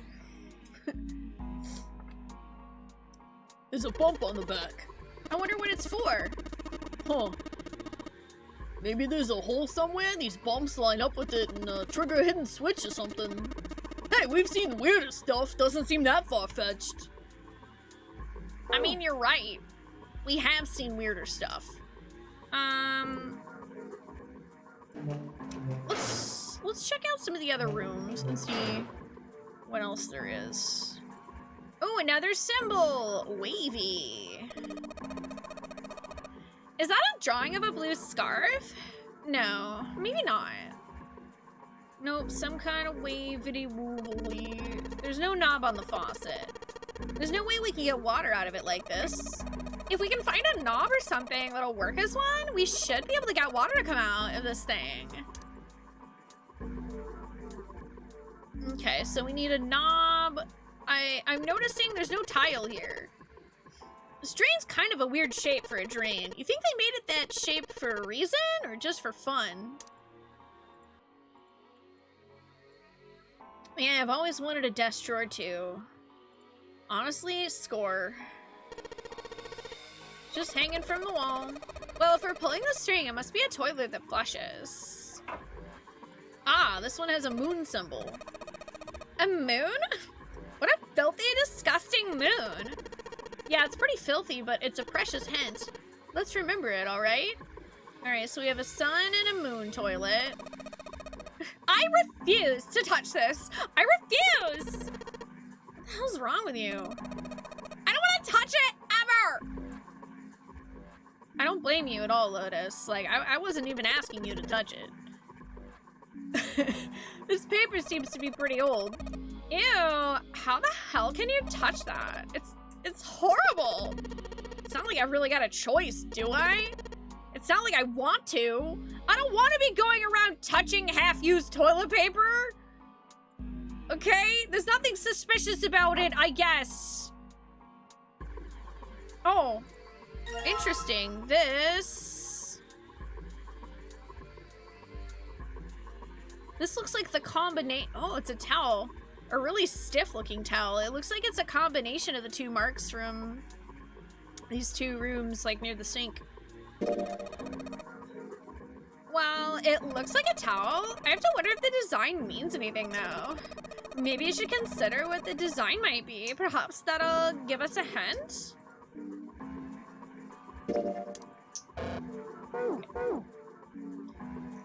Interesting. This bed looked even sadder without the pillow. So, it's still a terrible bed. It's a doormat. That bed looks cold. Pretty sure you'd freeze to death in the winter. No kidding. If I tried to sleep here, my skin would dry out in no time. Well, it's not like you're that young anymore. That shouldn't really matter. My, Junpei. Aren't you lucky? It seems you'll die before you have a chance to grow old and hideous. I'm sorry, you're right. Dry skin is a woman's worst enemy. Are you? Okay, I'm sorry, but low-key, I kind of hate Junpei. He's kind of a moron. I kind of hate him. I'm gonna literally punch this fictional kid. I'm gonna punch this fictional kid, okay? Like, don't get me wrong. Dry skin sucks for everyone. But that is not a woman's worst enemy. Okay? There are plenty of other things for us to be worried about. Oh, interesting. That drawer opens. There's nothing in the drawer. Yeah.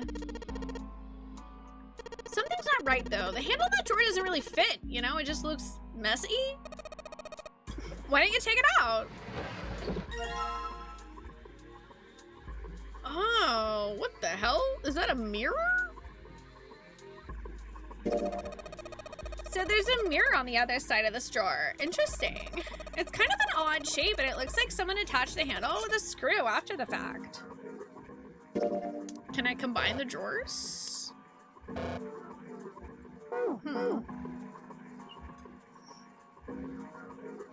Another drawer. Yeah, we got 2 drawers. We're spoiled. It's okay. He's not Date. If he were Date, I think I would just like throw the whole game out. I'd throw my computer in the garbage. I would throw my computer in the garbage and never stream again, all right? This looks like a chair for prisoners. It's rusty, but I don't think it's gonna be a lot of help. Isn't that obvious? Look, I don't want to touch anything unless I have to. Lotus is not having this. Does she really not want to be in this room that bad? I mean, I don't want to be in this room, man. What?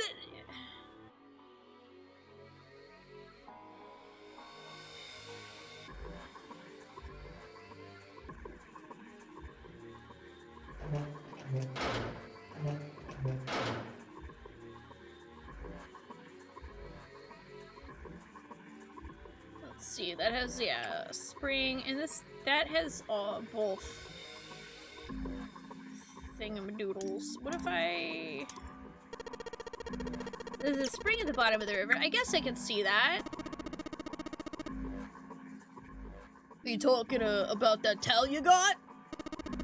Yeah, I guess it does look a little like that thing on the mirror.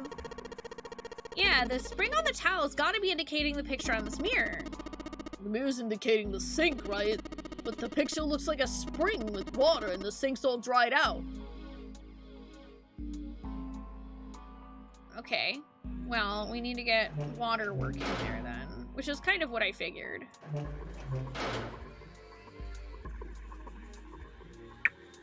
No, luckily he's not Simon from Soma either.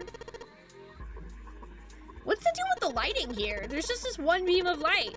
The rest of the place is too dark. I can't see anything. There's no way we can explore the rest of this room. Yes, there is. We have a mirror. Oh yeah! We could probably use this mirror to reflect the light. Now I just gotta figure out where to reflect the light. Maybe if I go somewhere that's a little easier to shine light on?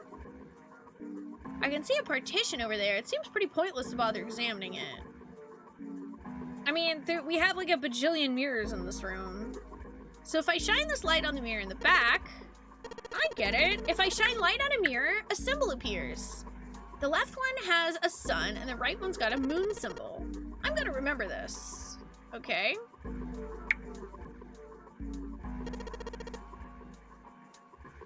Four, 7, okay.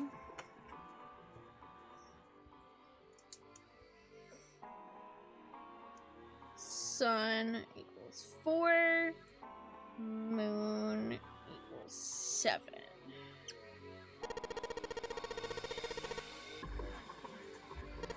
Let's see some numbers.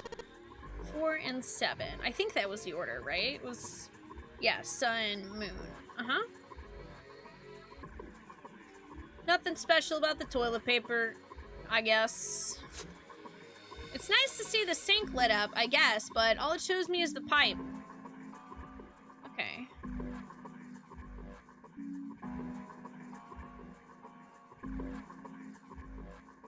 This light's barely enough to see by. I feel like I'm gonna see a ghost here or something.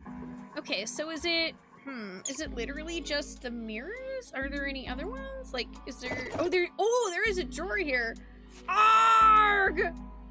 God damn it! No matter how hard I pull on this damn thing, it won't budge. Guess I won't be opening this anytime soon. It doesn't look like it's got a keyhole, and there doesn't seem to be anything stopping it. How the hell am I supposed to open it? Screwdriver?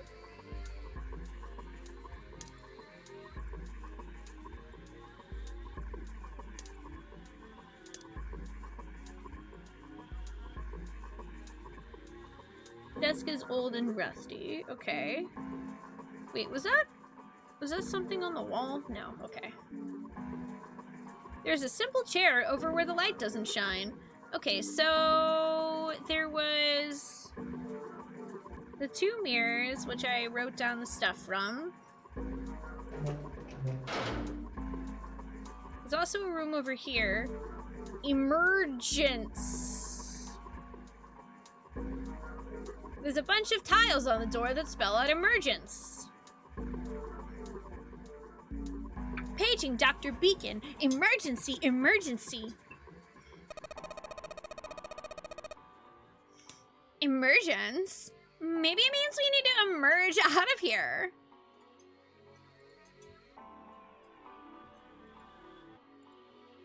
Do we need to do something with these tiles to open the door? Probably.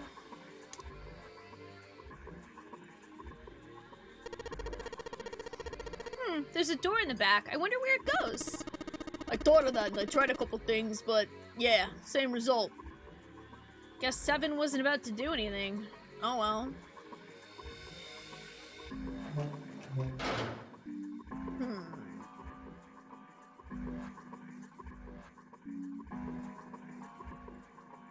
So I'm curious though, what... Yeah, it's just like the sun symbol we saw in the dark room. Yeah, that's right. There was some kind of number hint there, too. You think maybe the number was how many times we took a piss? It's gotta be how many times we flushed. I mean, that's what I guessed, was how many times you flush it. But, I mean, can I still pull on this? The only thing you can manipulate in this room is that string. Chances are they made this puzzle so someone wouldn't trigger it by accident. Yeah, here goes. Second pull. Third pull. Fourth pull.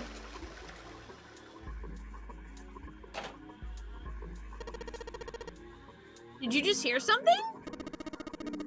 I did, but it doesn't look like anything's happened here. Wonder what that sound was. I don't know.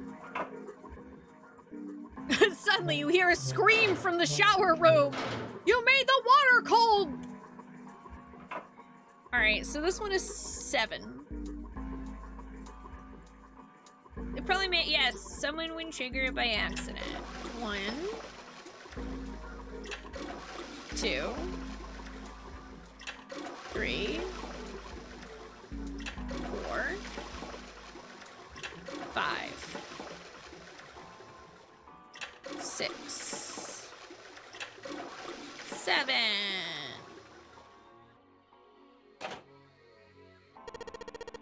There's that sound again! It happens whenever I pull that string a couple of times. By a couple, do you mean 7? Hi, William. No, the stream's not going to be 9 hours. That's just the name of the game. The characters have 9 hours to escape the ship before it sinks. Junpei, did you hear something from the other room? The other room? You mean from the dark room? I mean, I was gonna assume that opens that one desk drawer that we couldn't get.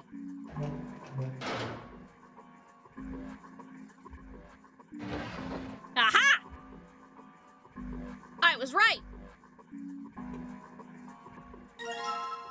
Oh, hey! Cool mosaic tile. Cool mosaic tile. Wait, do those look... Okay, no, those are the same, it looks like. But it looks like the number 14. There are a bunch of weird lines on this tile thing. I don't get this. Maybe 7 or Lotus can help me out.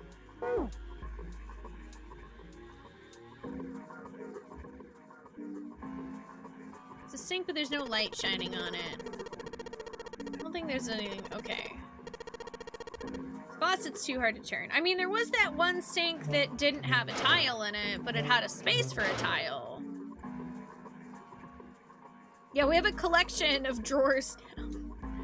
This drain has a really weird shape for a drain.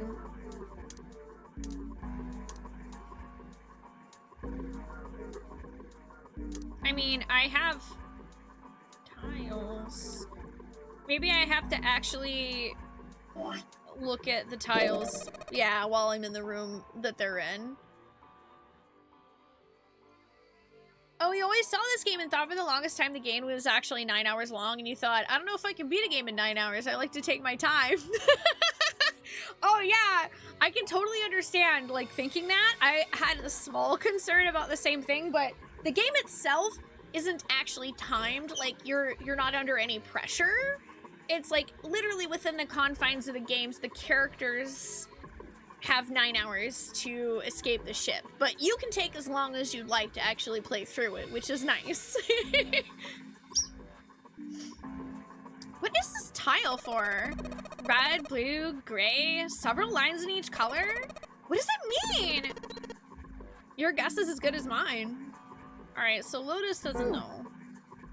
So let's go see if Seven has any ideas. Take a look at this tile here. See, if you look real close, the 3 red lines here are on top of the other ones. The red lines? Yeah. Okay. Huh, a tile with 3 lines in it, huh? Hey, Junpei, I was thinking, the red line on the top, doesn't it look like a 14? Yeah, it does.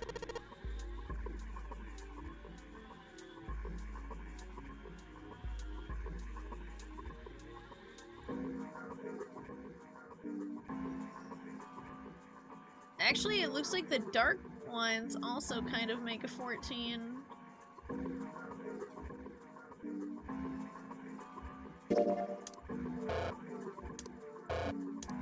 Just trying random stuff, just in case. The red lines on the tile look like they make a 14. Yeah, I just don't know what to do with that. River in a spring. The spring looks just like this thing on the mirror.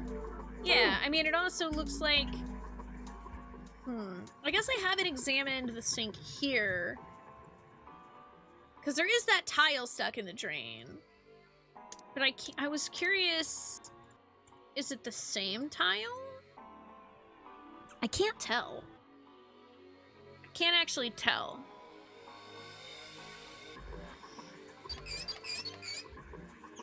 Okay, no water comes out of this. I'm trying to remember, did I check to see... Did I check to see it? Oh, right, duh. Oh, I'm a silly goose. I'm a silly goose. I'm a silly goose. Okay.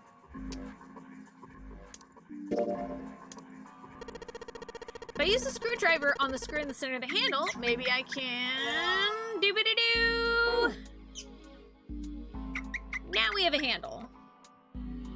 Sweet, the handle I got off that drawer fits into the faucet perfectly. Now I can turn the water on.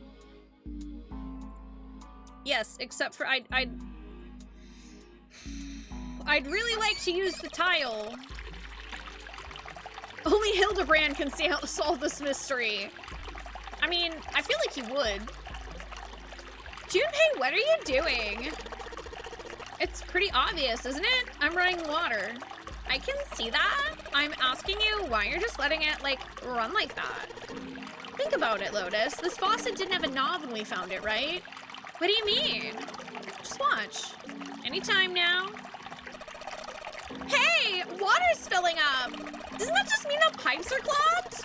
Oh, whoops. Let's turn it off for now. So, did anything change? The water stopped flowing. Thank you, Mr. Obvious! Ugh, Junpei, I'm leaving this one to you, alright? I mean, can I... Is the drain clogged? Looks like a lot of the water isn't draining out of the sink. This sink is totally filled with water. Yeah, can I... But... Okay. I'm gonna go see if the other sink has changed. Seems like I'm getting a hold of... Yeah, a little bit. Aha! They are connected. Okay, now I have another tile.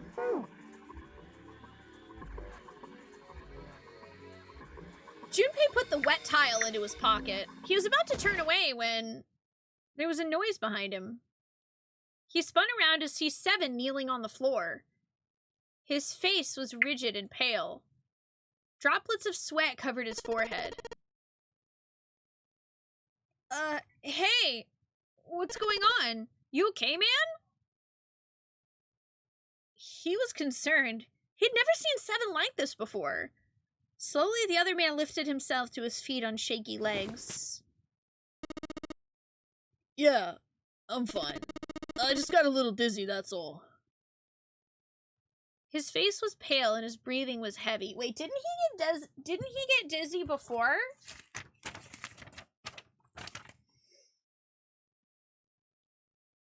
Yeah.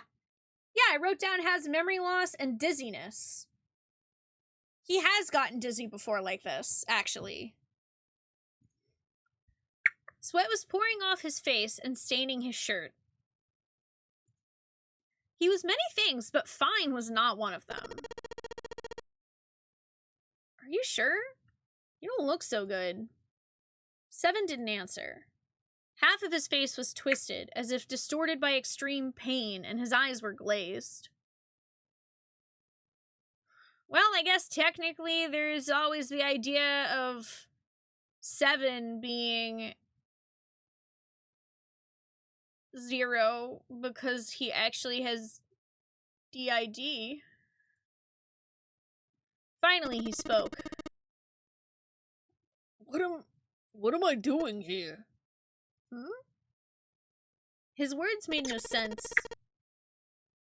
What are you talking about? We opened the number 2 door and walked in here. Oh wait, that's Junpei. We opened the number 2 door and walked in here. Don't tell me you forgot. No, that's not what I mean. He shook his head several times, as if trying to clear something from it. It ain't much, but I think some of my memories came back. I think I've been here before. Have you? Huh? I said I've been in this room before! You were here? When? Why?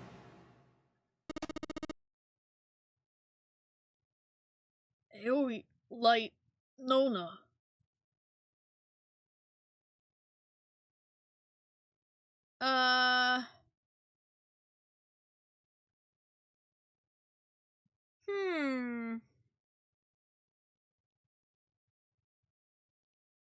Well, those are names. So I'm like, okay, Seven, does that mean you've played this game before? And maybe it was so traumatic that you just sort of blocked out your memories of it? Hey, Treppy. Yeah, this is Ollie. She's my Congo African Grey. She's a cutie pie. Suddenly, Seven was mumbling to himself. They were words Junpei didn't understand.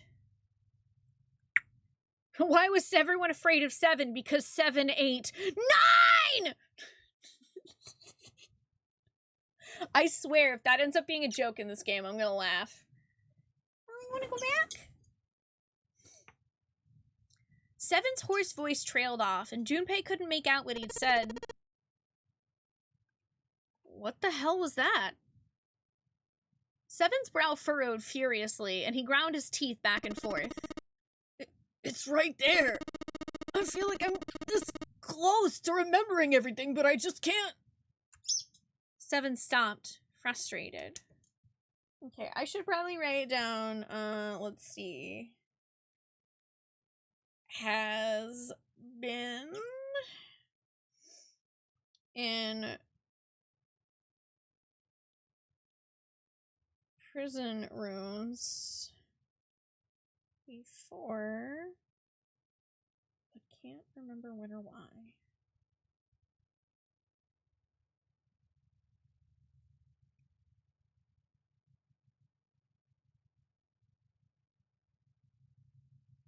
also said 3 names. We light and then shoot. Hey chat, what was that third name that he said? Was there oh wait, oh I can go backwards. Nona.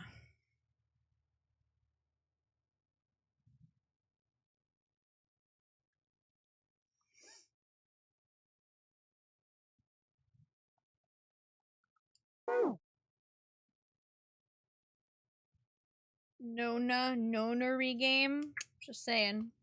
That's suspicious. You were gonna make a joke, but you're afraid it would turn out to be a spoiler. Oh no! Yeah, have 7 eat the 9 door. He pulled his hat off and ran a hand through his hair. Then suddenly he looked up, his eyes wide. That's right! An experiment! There was some kind of experiment going on this ship. An experiment? What sort of experiment? They were trying to control people. Or something like that. Junpei didn't know what to make of Seven's story. Instead, he simply stared as Seven continued. Aoi, Light, and Nona. Those were their names. Well, some of them. The kids that were there. In the experiment, I mean. I think there were 4 or 5 more, but I don't remember all the names. So, I mean, that sounds like another nonary game.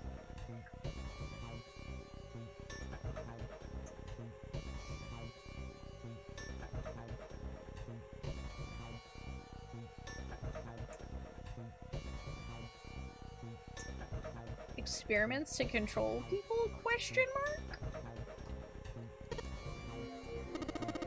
Yeah, that's right. That's why I'm here. Seven began to mumble to himself and wander aimlessly about the room. He looked confused. So far as Junpei could tell, the man was simply rambling, and there were odd twitches to his movements. Experiment. Yeah? Oh, probably in just a few minutes here. Okay. Hi, Solomon. How are you doing? Cradle Pharmaceutical. Oh, boy.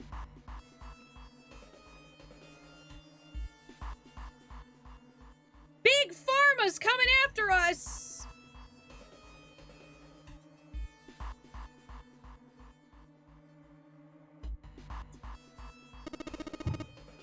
Those kidnapped kids. Was I working that case?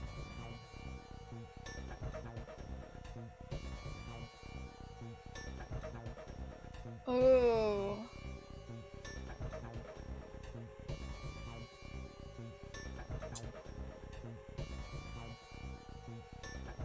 Seven continued to mumble to himself about things that meant nothing to Junpei.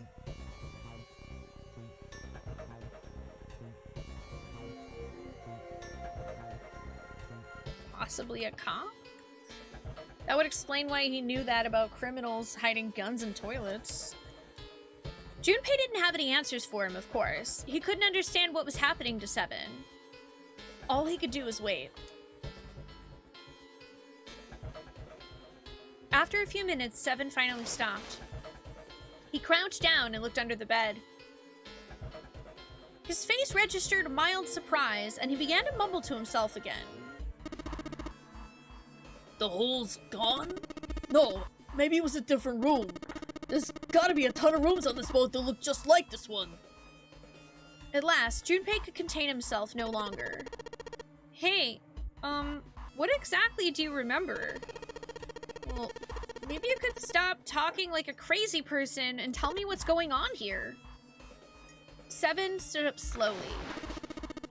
Well, it's not like I really remember everything. I've only got bits and pieces and they're scattered and don't make much sense. I don't care. Tell me the bits and pieces then. Junpei could feel it. Whatever Seven had remembered, it was important. Very important. Seven drew a large, muscled hand down across his face. As he wiped the sweat from his brow, he spoke. From what I can remember, I think I was a cop. A cop? Yeah. I was looking for that group of kids that got kidnapped 9 years ago. Oh, good! They were kidnapped 9 years ago! Of course.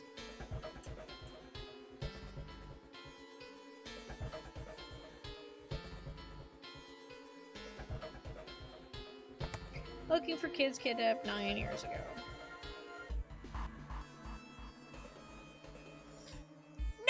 9! You remember that, right? It was all over the news. Yeah. I was still in school.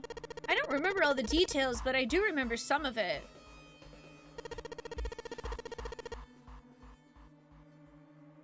I think it was a bunch of kids right around my age. They all just disappeared. Nobody knew why. That says where these 16 boys and girls disappeared to.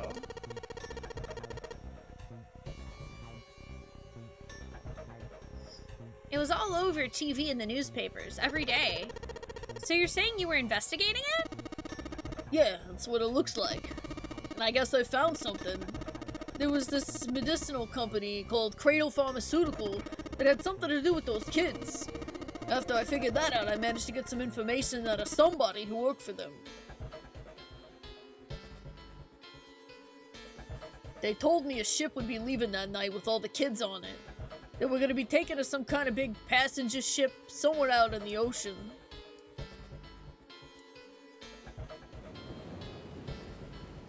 Whoa, look at this cool flashback of Seven! Oh my god, why does he look like a Yakuza? I kind of love that. And so, Seven had headed to the wharf. He kept to the shadows, and before long found the suspicious ship he'd been looking for. There were a number of human shapes moving near the ship. They were men in black suits. Many of them were carrying large bags onto the ship.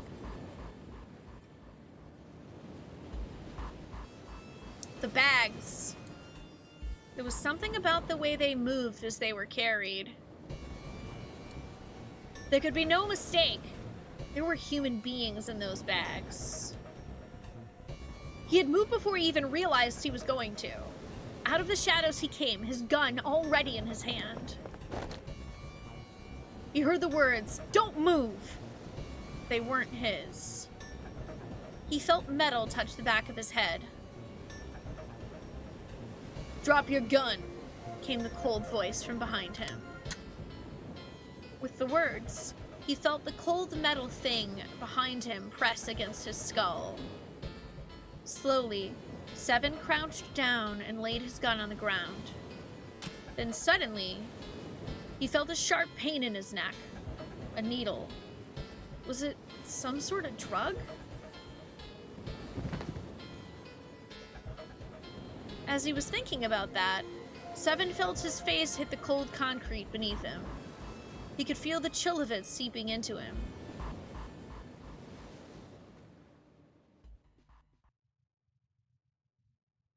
Ugh, damn it! Shit, my head hurts! Seven woke to find himself lying on a hard floor. He twisted his neck to peer around the room. Where am I? There was a small, shabby bed and a dirty sink. A toilet with no stall or privacy of any sort. As a cop, it was a place Seven had seen all too often. It was a prison! I'm in a cell, huh? Opposite the toilet was a door set into the wall. Seven struggled to his feet and hobbled towards it. He gave the door a good shove, then another, then tried pulling it.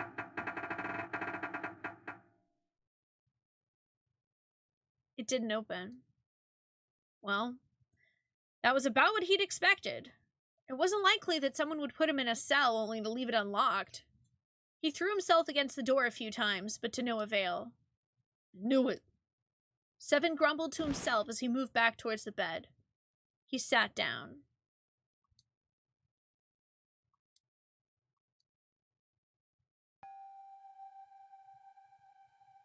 He sat there for a very long time.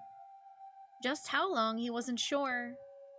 At last, he began to nod off, and had nearly fallen asleep when he was roused by a distant voice. There! Over! It's 9! The voice was far away. Very far away. Seven couldn't understand what it was saying. Nonetheless, it was a voice, and a high one. Most likely a child. Boom, a child. His eyes shot open. Her, ear, K-ing. As he listened, he could pick out several different distinct voices. Sounds like hurry over here. I don't know what the other one was. There was at least 5 or 6, possibly more. Where were the voices coming from? He looked around the room frantically. Perhaps the door? No, that wasn't it. What? Go out! Was it coming from the left? Was it coming from under the bed? He grabbed the bed and flipped it up with ease. There it was. There was a hole for ventilation in the wall where the bed had been, covered with a metal grate. Seven lay down on his stomach and peered through the grate. He couldn't see anything. It was too dark. Now that he'd found it, however, there could be no doubt. This was the source of the voices. For a moment, he was confused. Why were there children nearby? Then he remembered what the man from the Cradle Pharmaceutical had told him. How a ship would take the kidnapped children from the wharf to a waiting passenger liner out in the ocean. Was Seven on that passenger liner? It didn't matter. What mattered is that he find a way to the children. Seven looked at the metal grate. Could he fit through that hole? He stuck his fingers through the grate and grabbed hold of it. Why do they show the toilet for this part?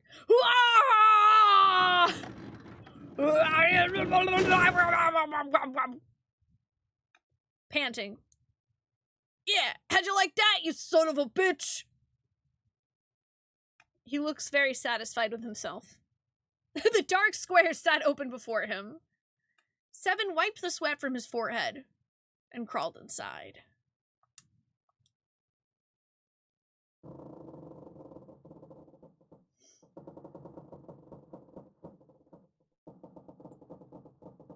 Junpei waited for Seven to resume his story.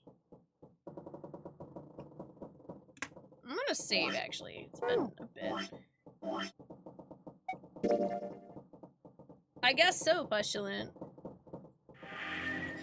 And I think before we hear the rest of his story, we have been live for 3 hours, so I'm gonna take a little breaky break. I'm gonna get myself a snack. I'm gonna stretch my legs, maybe make a glass of tea, and when we come back, there will be more 999.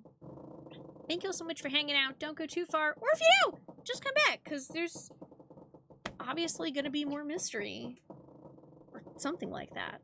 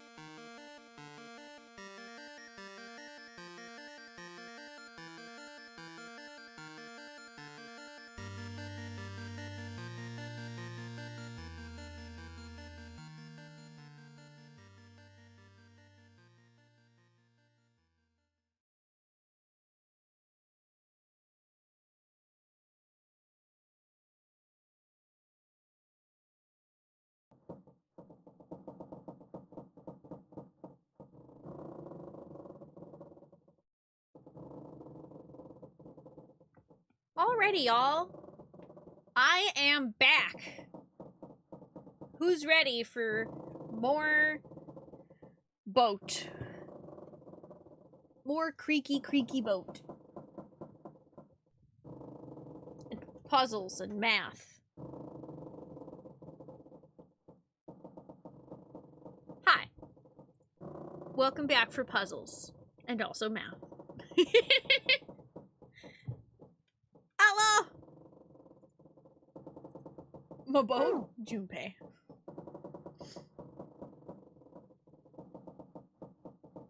No, sadly, the boat is not the SS Mystery Box. This one's the gigantic. Thank y'all for the welcome backs. Ryan C84. Hi, I hope you're doing well. Junpei waited for Seven to resume his story. The longer he waited, however, the clearer it became that Seven had no intention of doing so. He had gone silent and simply stared off into the air, his eyes blank. Hey, what happened after that? He'd waited long enough. But Seven shook his head. I don't remember what happens after that. I think I found some kind of door out of the duct. And I think I found some kids, too.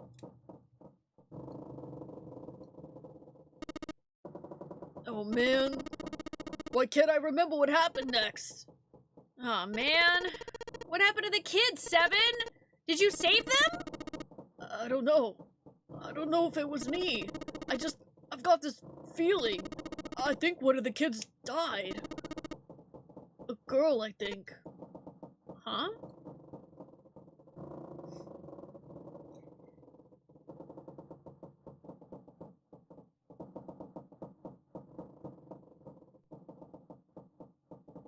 Oh boy. Deep in his heart, Junpei felt something very cold. Seven's head dropped, and Junpei saw on it a look of sadness the likes of which he had never seen on the man before. The large man's eyes blinked rapidly, as if he were fighting back tears, and he swallowed hard. His sigh was like the melancholy setting of an old abandoned building. He shook his head and spoke. Anyway, just please don't ask me anymore, okay? I really don't remember anything else. After that, Junpei could hardly try to force any answers out of the other man. There was nothing more he could do. Instead, Junpei turned his mind to trying to make sense of what Seven had told him. The children who had been kidnapped 9 years before.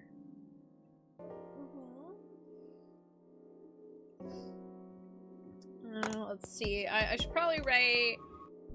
Got a tip. They were being put on a boat. Went to find them. Got knocked out. And locked in a cell on boat. Apparently, a company called Cradle Pharmaceutical had been behind the kidnappings and had taken the children to the ship they were on now. They had been brought to the ship for an experiment. Something to do with controlling human beings, Seven had said. The 16 children who'd been kidnapped were the subjects for the experiment. The 16th student!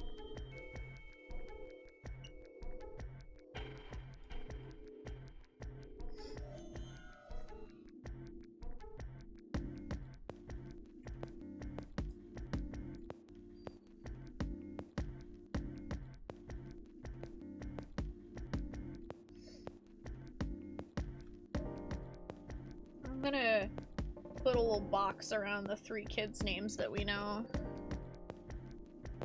7 had said 3 of their names were Aoi, Light, and Nona. That was the new information. He had also learned that 7 was, or had been, a police officer.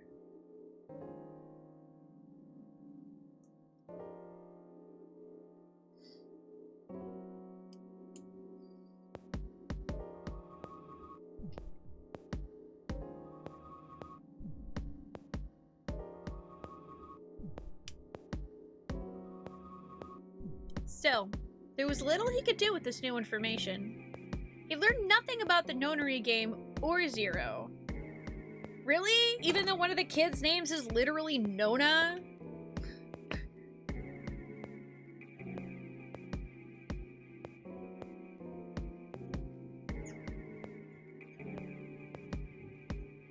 I'm just saying, Nona is June. He had no idea why they had been brought to the ship that had been the site of his experiments 9 years before. Junpei couldn't forget what 7 had said the purpose of the experiment had been. To control human beings. Could such an absurd experiment really have been conducted? Yeah, I mean, anything's possible in a video game. Before long, Junpei realized he had spent quite some time in deep thought. No time for that, he chided himself. He had work to do. Junpei shook his head quickly to clear it and returned to his investigation, thoughts swirling in his mind. Now that's the millennial way.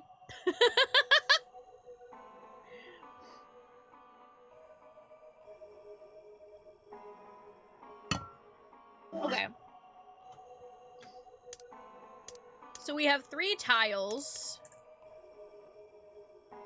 We still have this towel. We have a drawer without a handle that's got some weird stuff.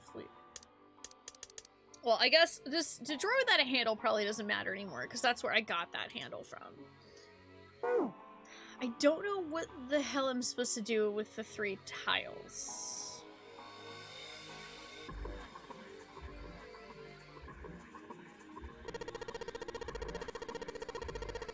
Yeah. What are you going on about? Maybe you gotta explain. Okay, forget about the puzzle we already solved. We need to look for new ones. Okay.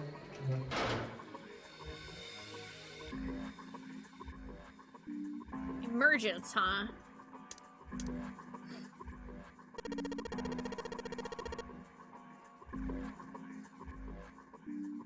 The tiles we found and the tiles here are the same size.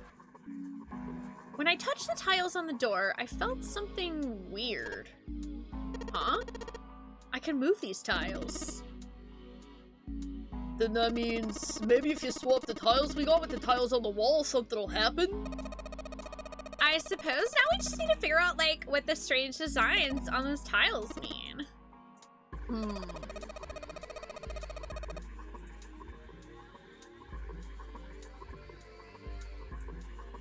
Yeah, Lotus has just been hanging out in the other room by herself.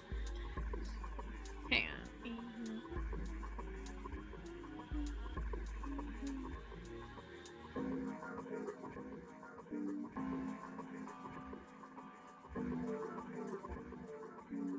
14 would be in. At any rate, we should look for all the tiles that are the same size. You're right. Let's meet back here after we've done a thorough search. I have 3 tiles! Is that not enough? There's still rooms that haven't been checked yet. Okay. What freaking rooms?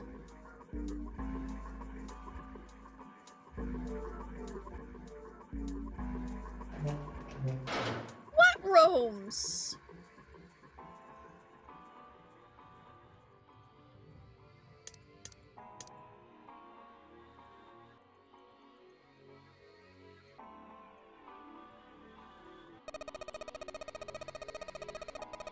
Yeah, the towel is a river and a spring. Yeah, I'm pretty sure that we already solved that, and the towel is just supposed to be, like, some kind of indicator to that. So then... What the hell? guess we don't... I don't know where, the ceiling! Ah, yes! Ceiling! So that's the ceiling, huh? I wonder if it's sealing us in. Ha ha ha ha ha ha ha ha.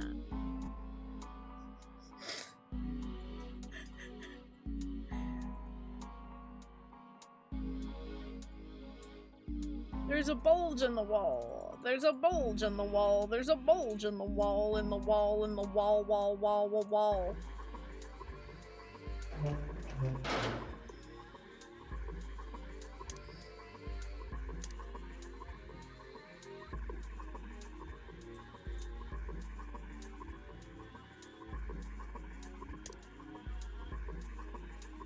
There's no light. Yeah, okay. I mean, can I not... Yeah, what's opposite from it? Okay, so can I... Yeah, there's no mirror to put light on that. We already got the tiles out of the drawer.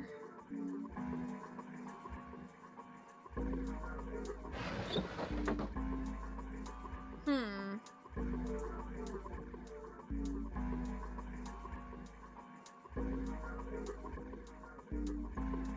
feel like I'm gonna see a ghost here. Yeah, we've done that. And it doesn't look like I can actually check under the bed. So then...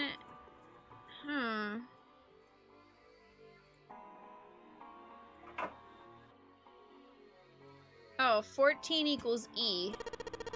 Oh. I like how I guess I just didn't check the toilet this whole time. 14 is E! Alright, so we just replace... Alright, well, I mean, yeah, that's what it says.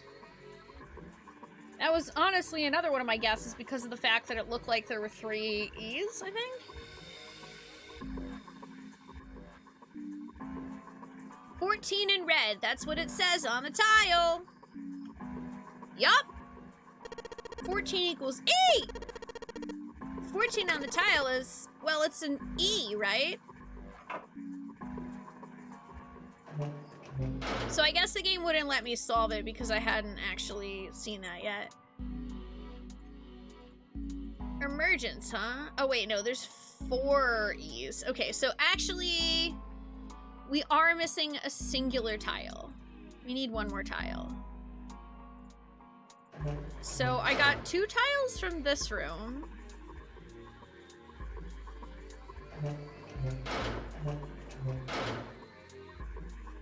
I got 1 tile from this room.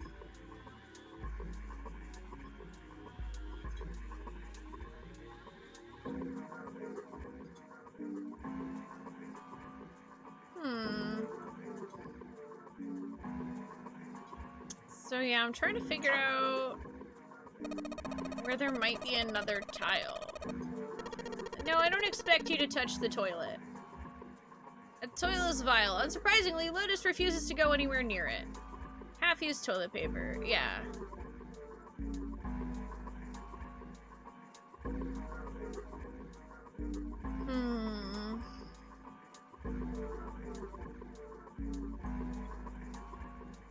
Thonkin. I guess let me make sure I thoroughly checked the toilet in this room. Yeah, it just says an old school toilet. There's no other info. Damn, this toilet's pretty nasty to begin with, but the inside's even worse. Honestly, I'm amazed you could bring yourself to touch it. Huh. There's way nastier stuff out there in the world than a gross toilet. You're a real deep thinker, aren't you? Probably the nastiest toilet I've ever seen. Seven didn't think twice about touching it. Hi, Grunt. How are you doing? Yeah, druids can heal. I mean, they're like as good as healing at shamans, basically. They both get greater healing at 29. And then I think past that, there's like 1 heal you get at like 51 or something ridiculous. And that's it. Otherwise, it's mostly clerics that get like all the good heals.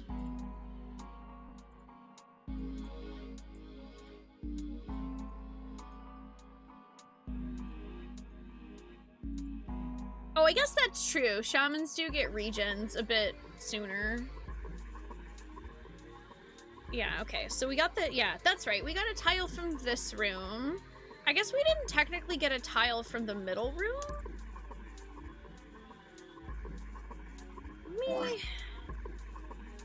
I am still really curious. I don't understand. Like, this is supposed to go in something. It has a weird bump on the back of it. Maybe there's some kind of switch somewhere that these bumps fit.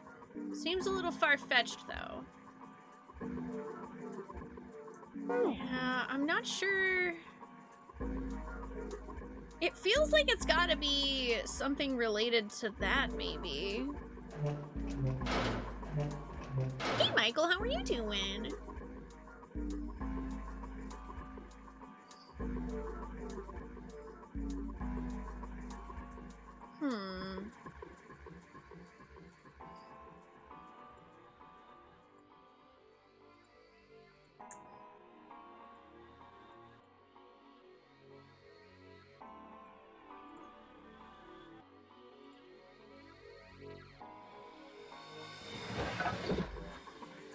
Sounded like something falling. Are you serious? What was that? I heard it too. Let's open the drawer.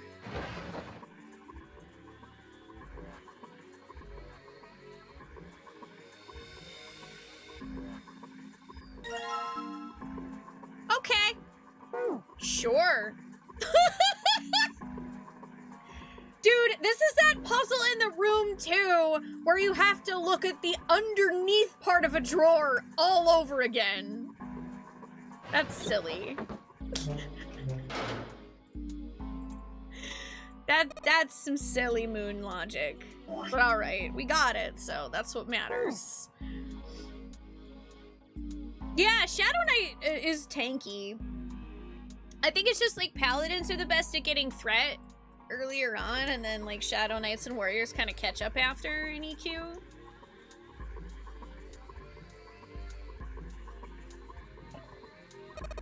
Okay, well, it looks like we've investigated all the rooms. The only mystery left is that door. Alright, let's crack that mystery then. We got 4 tiles, and there are a bunch of tiles that is the same size up on the wall here.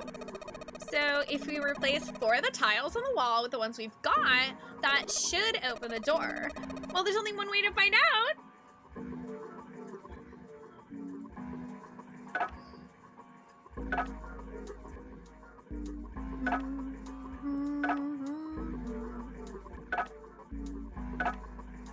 Morgans! Morgans! Hey, did you just hear something unlock? Does that mean we got it right? Yeah, it looks like we did. The 14 hidden on the tile, if you convert that to hexadecimal, it's an E. Oh. Yeah, I guess that makes sense.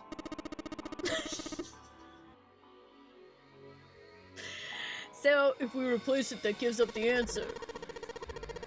Because 1 + 4 is 5, which is the... Oh yeah, I love, yeah, the going back and forth, like the 2 sinks being connected were really cool. I liked their use of the spring and the river, and then giving you the towel that has them together. It does a really good job of subtly giving you the idea of, oh, the 2 sinks are connected. I thought that was really cool. Do you really care why it worked? Let's just get out of here. Yes! Let's go! You found it. Ding! They passed through the open door and headed to the next room. Junpei jogged down the short staircase and looked around. Oh boy, this doesn't bode well. What the hell is this place? I don't think that I want to ask that question, but I am gonna save. Oh, we saving.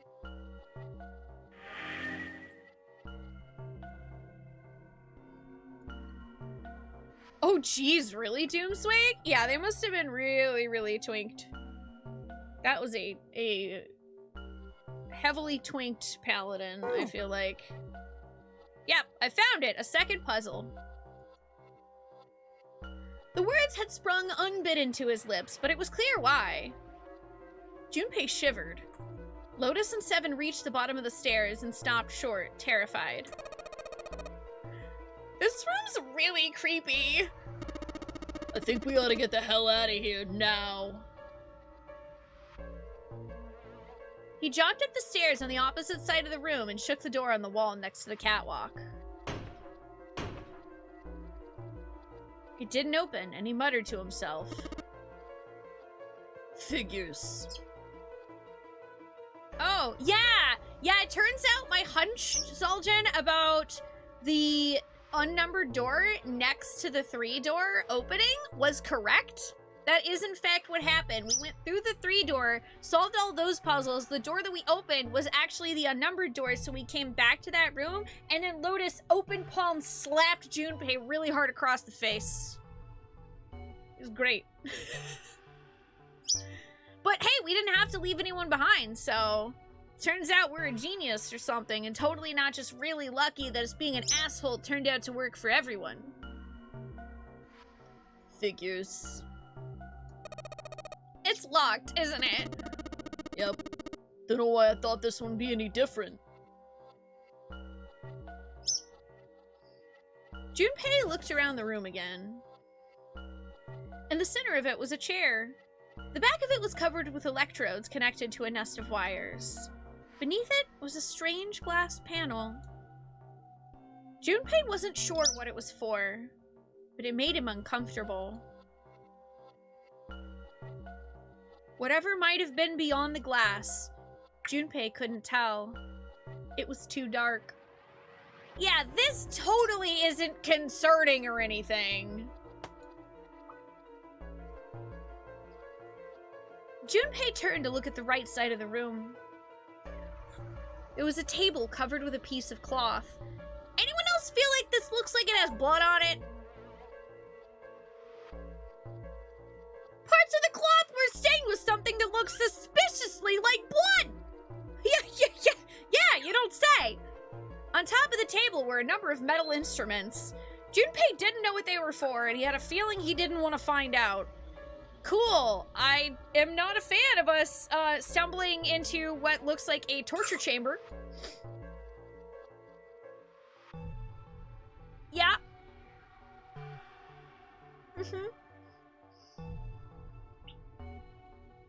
Yeah, I'm sure it's just ketchup! His mind began to imagine what could have taken place in that dark, cold room. The things he imagined were not pleasant.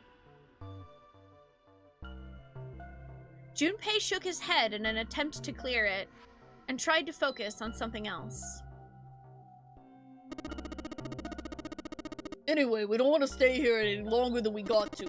Let's figure out the puzzle and get the hell out of here. Come on!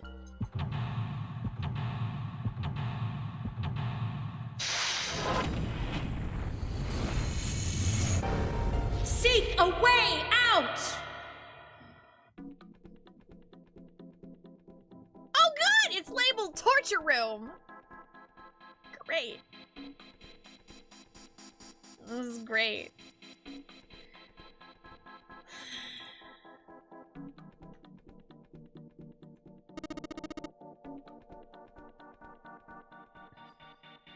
What's wrong, Junpei? What are you doing on the floor? Well, I thought maybe if I got down here I could see through the glass. It's not working though. You don't think it's just a large sheet of glass they put into an indentation? I don't know, I mean, why would they do that? And the placement of the chair. You're not making sense, Junpei. What's your point? Well, I'm not sure, but don't you think there's something under the glass? Maybe the glass is one way, like they have at a police station, you know? Or maybe it's just covered with something that makes it opaque. Nah. Doesn't matter how close I get. I still can't see anything. Echoes when I knock on it, though. I wonder if it's hollow. Man, you ain't gonna give up on that thing, are you? You know we don't got time for shit like that, kid. Come on, that's why I want to take a good look at it. Think about all the other rooms we've gone through. You never know where you might find a puzzle, you know? We gotta be suspicious of everything, especially the chairs. What?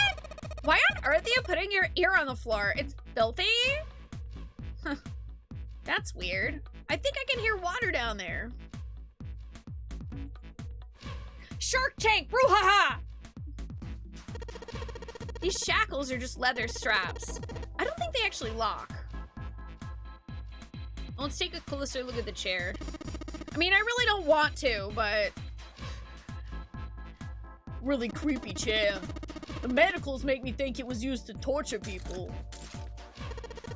Well, we can't open these manacles without a key. Huh. There's some sort of weird symbol on them. Oh, can I look at that? What kind of symbol? Well, if I've got this right, I think it's the sun symbol. Can I see it? I want to see it!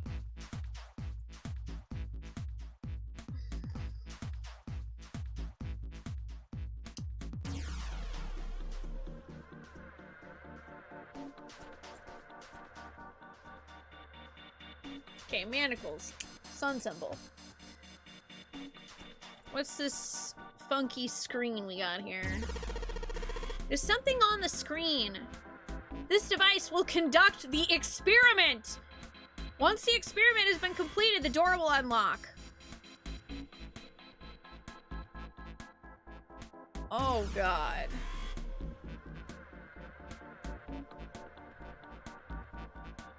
First, adjust the switches to match the blocks in the sample above.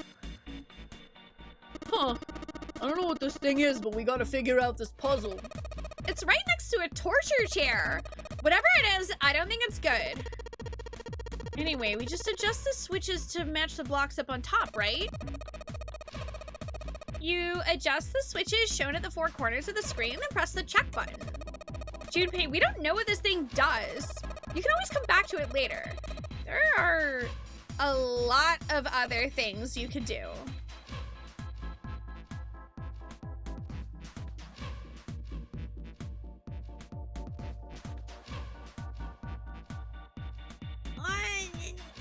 Yeah, no. I don't know what this is. Whenever you turn on one of the switches, more blocks show up on the screen, so I think you gotta figure out which buttons you have to press in order to get the screen to match the diagram. Yeah, but it's hard to figure out what button does what. If you want to see how many blocks each switch adds, just turn on one switch. When all of them are off, there aren't any blocks, right? Then you can see how many each switch adds. Oh yeah, I get it. I thought you guys were telling me to look at something else, though.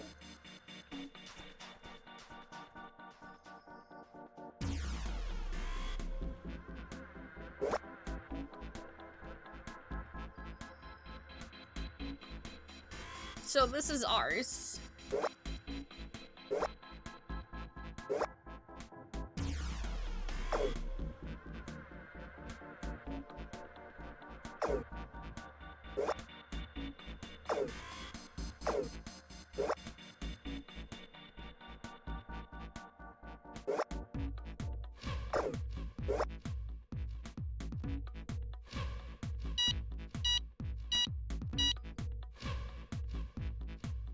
Easy. Adjustment is completed. Now proceeding to execution phase. To complete the experiment, data must be collected from subject. Once preparation is finished, place subject in chair. Whoa, I thought we solved the puzzle already. What does it mean by preparation? I don't know. I've got a bad feeling about this. I think this means one of us has got to sit in the chair. Well, 7's never gonna fit in that thing. Lotus, not you too. It's either you or me, Junpei. Collecting data. I wonder if it's gonna run electricity through the subject. There's a human head on the screen. Maybe it's gonna zap the brain with a little electricity? That really doesn't sound safe. Anyway, we've still gotta prepare. We can talk about this after we figured out what it means by preparation, alright? Well, it wants us to prepare, so maybe we ought to ask it what we need to do. I don't know if it's gonna tell us. Oh yeah, the disposal tank is closed. Please fill with water. What tank? Oh man, don't tell me we gotta do something with a water tank. Wait, disposal. Why do I get the... Oh my god, I hope this isn't like murder someone. There's probably something around here to open the tank or whatever it's asking us to do. Yeah, Paladin does get root. Just like, I think it's like quite a bit later, but they do get it. It looks like the only controls are in this room.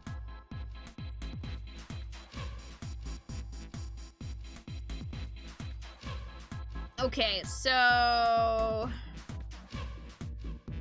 let's take a look at this. What is... ugh. These levers have got to turn something on. Of course they would. All they can do is turn something on or off. What's important is what they turn on or off. Don't say the floor is gonna suddenly open up. Red, yellow, red, yellow, red, yellow, red, yellow. Yeah. The bottom of this one looks like it's covered in rust. I don't think it'll move at all. There's a bunch of lettered buttons. Let's push some of them. Down you go. So if I press it again, back. Okay, I guess these buttons switch something on or off when you push them. And there's also these knobs. All the dials are pointing in different directions. Maybe something will happen if we turn them. Huh. Shoot, they're all rusted. I guess turning them doesn't really do anything.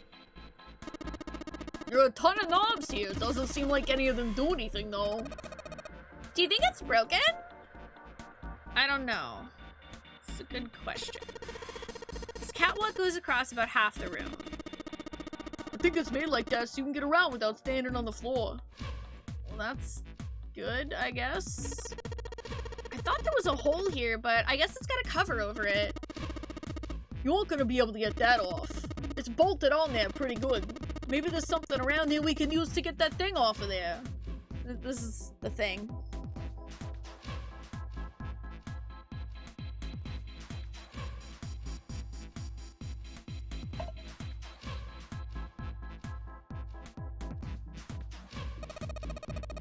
Can you see anything in there? It's a good bop, at least. If you can't see anything, I don't really think we need to bother with trying to open it. It's too dark to see anything. Huh? Did I see something shiny in there? Wait, did you? There's something shiny in there! Yeah, well, maybe. We gotta check though. It'd be pretty bad if we missed something important. Maybe we can find something to take that cover off with. I definitely, listen, if there's something shiny, I want it. There are a number of ominous looking tools and instruments here. Let's see, we got an Asday and hammer, a pair of forceps, and these other things are too old and broken. I've no idea what they are. Hey, doesn't this wrench look way too new to be here with all this other stuff? Yeah, it does. I didn't notice it before you mentioned it, but it's not rusty, like, at all. Well, we will take the wrench!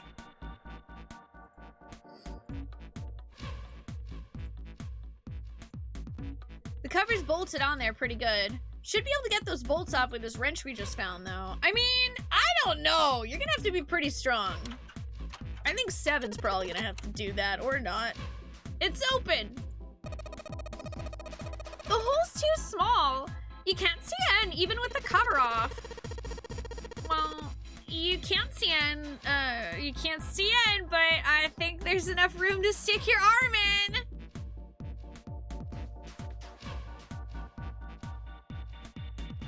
It's James Sunderland time, y'all! Are you sure you want to do that? There could be something dangerous in there. Okay, I admit that scares me a little, but we need to see if there's anything useful in there.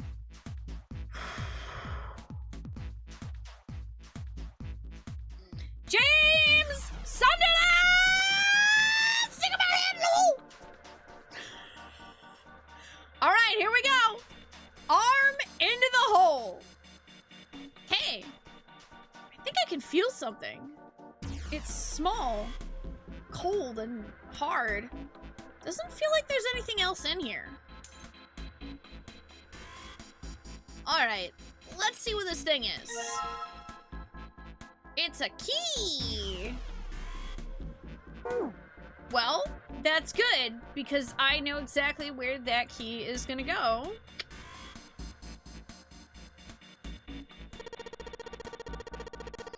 The sun key should fit into the keyhole on these manacles.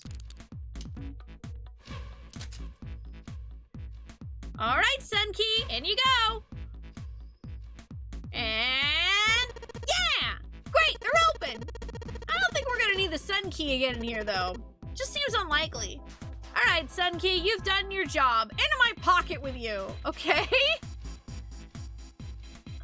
Alright, so we unlocked, yeah, fill the tank with water. Okay, so fill the tank with, I mean, I assume that those are controls. Can we actually go in any of these other doors? Okay.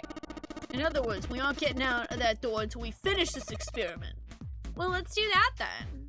Okay, and I think that's the only, because this door is where we came from, right? And it's also locked.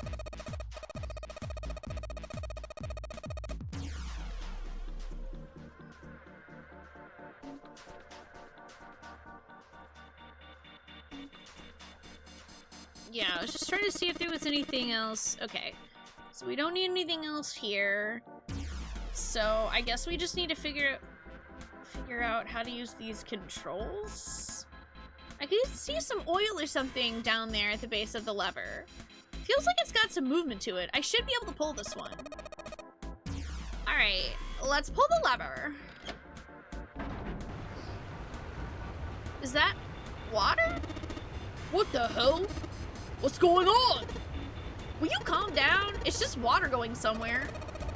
It sounds like it's underneath us. That means the floor. Oh, Junpei, look. What's she? Oh, damn. I can see through the glass now. Yeah.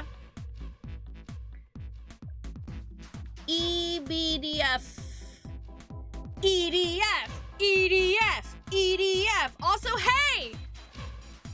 Chat. I was right. Shark Tank.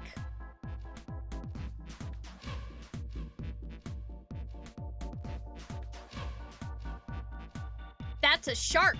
That's a dead shark. That's a very dead shark.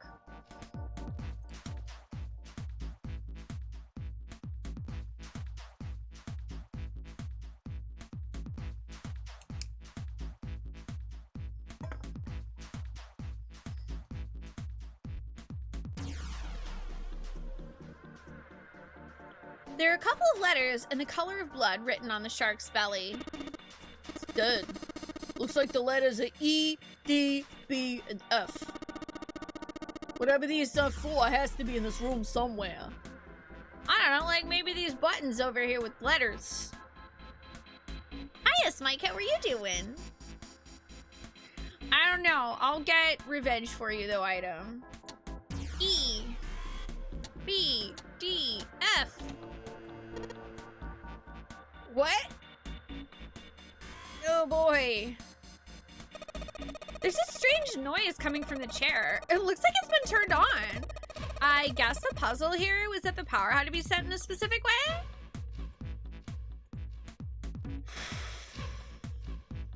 Oh boy. Alright. Well, in that case, I guess it's time for main screen turn on! The restraining device is unlocked. Please seat subject in device. The message on the screen was disturbingly detached.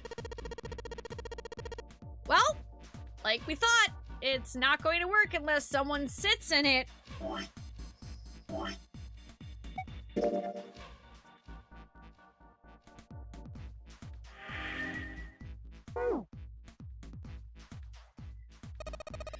How ironic that this would be the situation in which the slim, beautiful body is useful. Lotus, are you sure? I can sit in it and you can solve. Junpei's right. If we screw it up. Seven couldn't bring himself to finish the thought. His eyes fell to the floor. Junpei followed them. Beneath them was the dead shark floating underneath the glass. Perhaps it had been killed by an electric shock. Are you suggesting that the shark sat in the chair?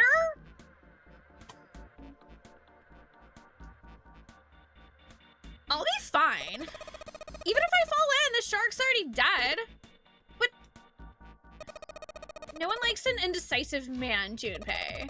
I can still give you advice from the chair too, you know. I just don't want to stay in this room any longer than we have to. Go over to that screen and let's get this over with. Hi, John. Yeah, I'm sure it's a totally normal, comfy chair, and this definitely isn't a room that is literally labeled torture room on the map. This is fine. This is fine. It's fine. After her words had made it clear that Lotus would book no argument, she turned and walked towards the chair without hesitation. But she did not sit down. Despite what she had said, she did indeed feel hesitation. Her legs shook. I mean, I don't blame her, dude. I don't blame her. I wouldn't want to sit in that chair either. Look, do you think you could do me, like, one last favor? Don't say last. You're making me nervous. Just listen. If something happens to me, I want you to tell my daughters that I love them very much. No, tell them that I will always love them. Daughters? You got kids? Yeah, I do. I suppose they're about your age, Junpei. They're twins. Aww.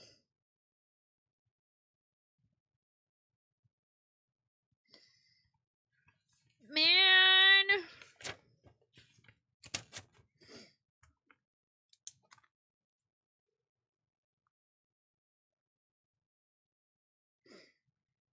Mom, two twins that are Junpei's age.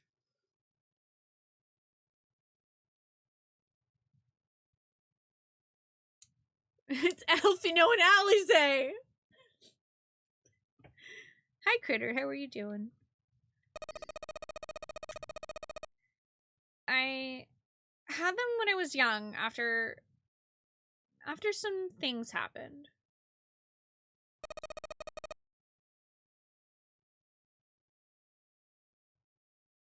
Their names are Nona and...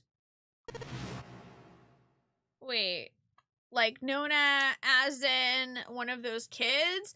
Also, are we just gonna gloss over the fact that Is she saying what I think she is saying?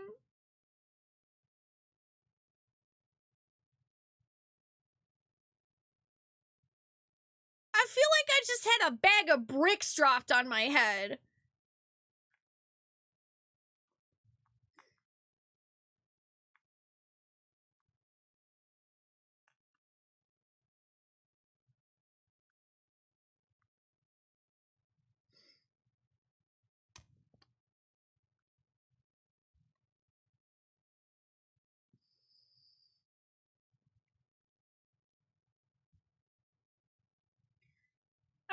Well, Evie, more the way that she glossed over, after some things happened.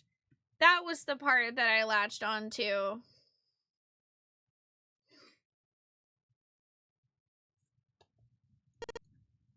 Wait, Nona? I just kind of want to give her a giant hug. Junpei's words shot out before he even realized what he was saying. He remembered the story Seven had told him. Aoi, Light, and Nona. Those were their names. Well, some of them. The kids that were there In the experiment, I mean. What the hell? What's wrong with you? Lotus took a step back from Junpei. Seven looked just as shocked as Junpei. He blinked his eyes rapidly, as if he weren't sure if he were completely awake. No way, it couldn't. Lotus, is your last name Kashiwabara? Lotus's eyes went wide. How do you know that? Are you serious?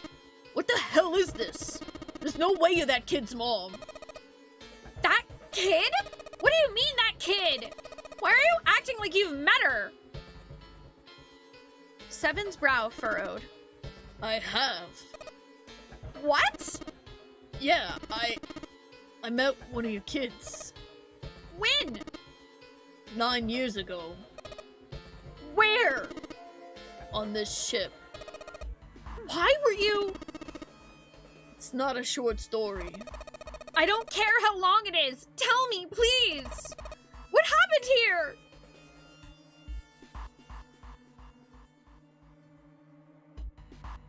Well, this is uncomfortable. Oh boy. Okay, so we have found out that Lotus and Seven are connected in the way of, when Seven was a cop 9 years ago, he was on this ship trying to rescue one of Lotus's children. We still don't know the name of the other twin, though.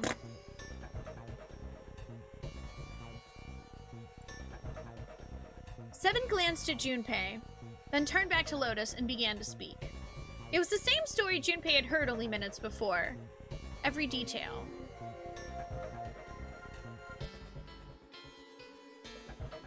Okay, cool. We're not gonna go through all this.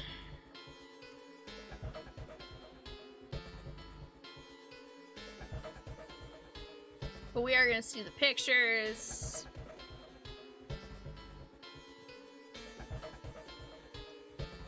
At last, Seven finished. Lotus shook her head. Oh my god. Everything I've been looking for the last 9 years! The person who had all the answers was right here! Looking for? Yes, that's right. 9 years ago, my daughters disappeared. Then 9 days later, they came back. Oh.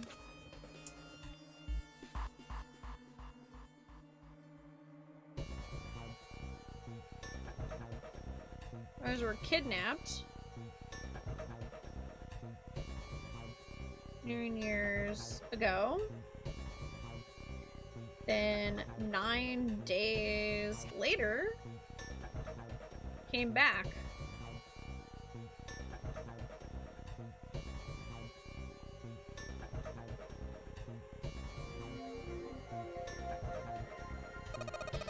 They never told me what had happened to them over those 9 days. I took them to the doctor, but I was told they hadn't been hurt in any way. Still, I was sure they had been through something terrible. So I couldn't bring myself to force them to talk about it. If I did, then I'd force them to relive whatever horrors they'd been through. I didn't have any choice. I had to try to ignore it and move on. A few months passed. Gradually, they started to act like they always had before they disappeared. Okay, so yeah. So she never knew what happened.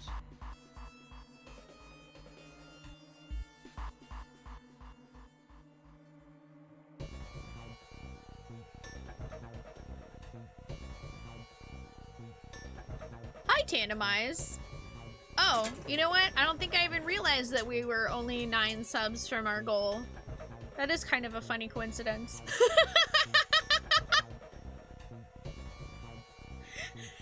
That's been there for 4 hours and I didn't notice.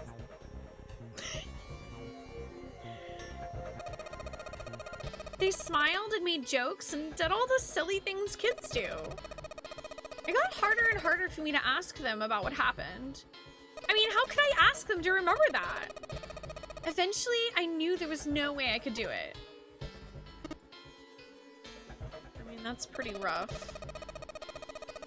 But I'm still a mother.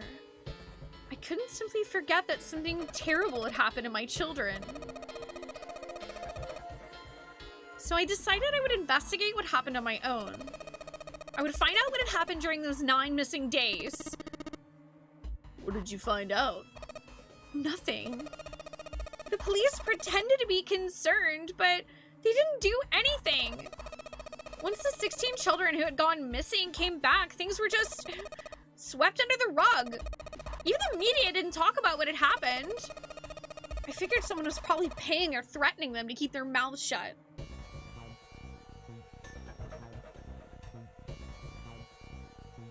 So, yeah, okay.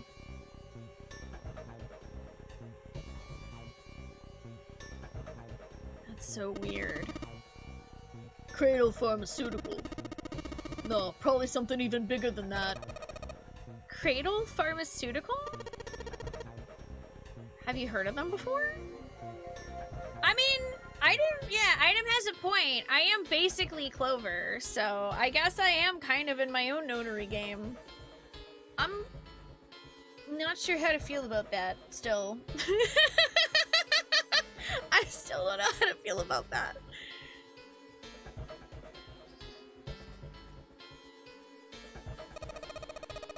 No.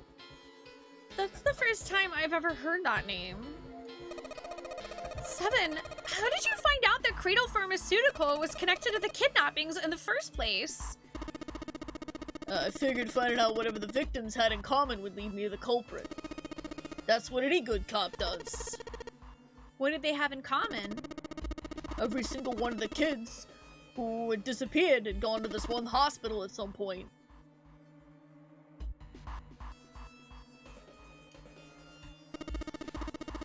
The hospital was one of a bunch that were under the control of Cradle Pharmaceutical. Okay, that's creepy.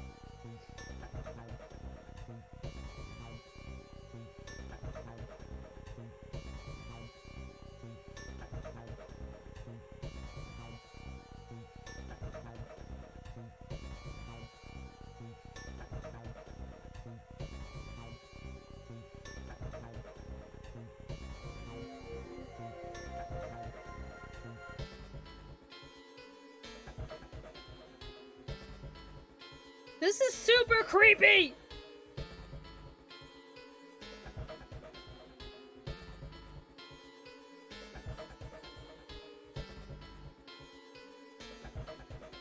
Oh yeah, I guess. 4 plus 4 plus 1 also equals 9.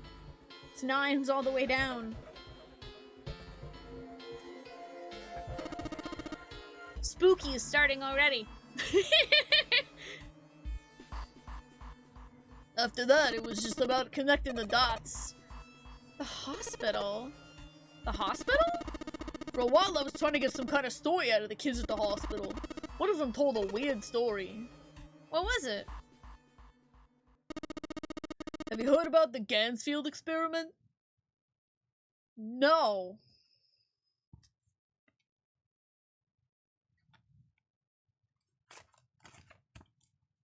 But I get the feeling you're about to tell me about it.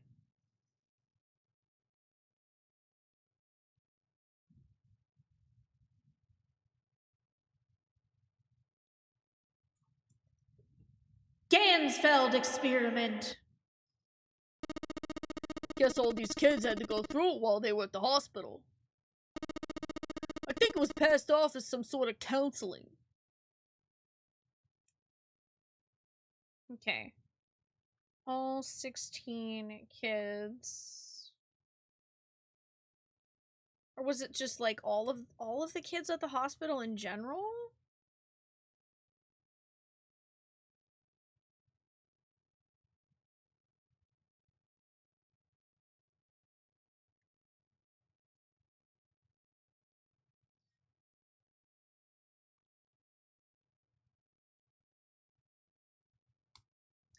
Seven cleared his throat and proceeded to explain the Gansfeld experiment.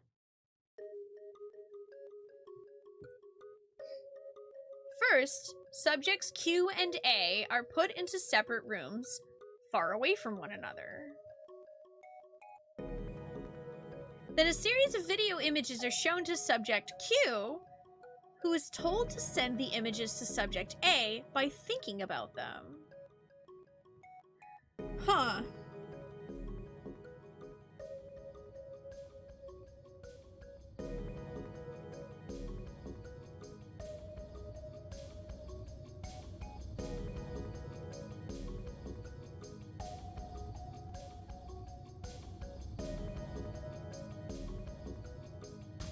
Subject A, on the other hand, is put in a large reclining chair and given a blindfold. Oh. With their senses cut off, A is asked to guess what images Q is looking at. Doesn't Stranger Things kind of reference this?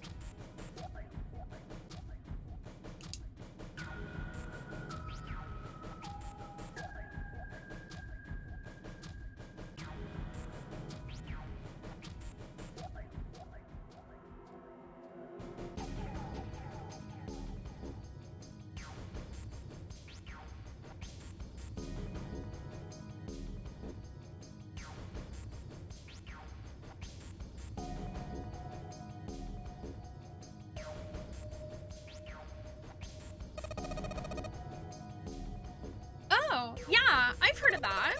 It's a famous telepathy experiment, isn't it? Telepathy. Telepathy. Junpei rolled the word over in his mind.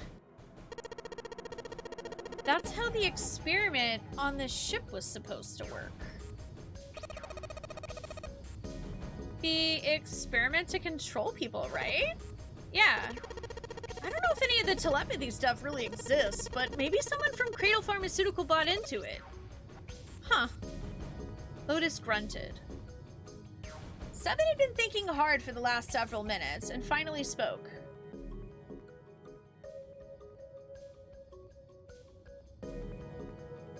Wait, I thought Junpei was like 19 or something. I thought he was in college.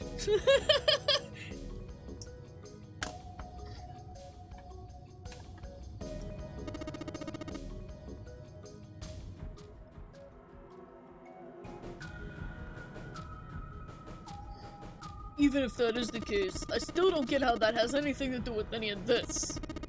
The nonary game, Zero, why we were kidnapped. What does any of that have to do with telepathy? I know I brought all this up, but I have no idea. Maybe none of this stuff is connected after all.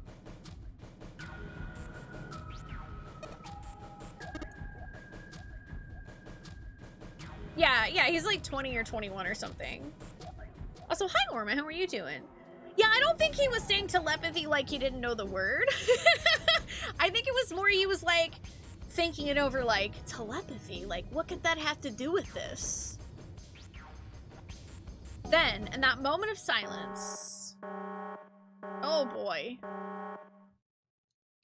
A cold voice echoed down from the ceiling.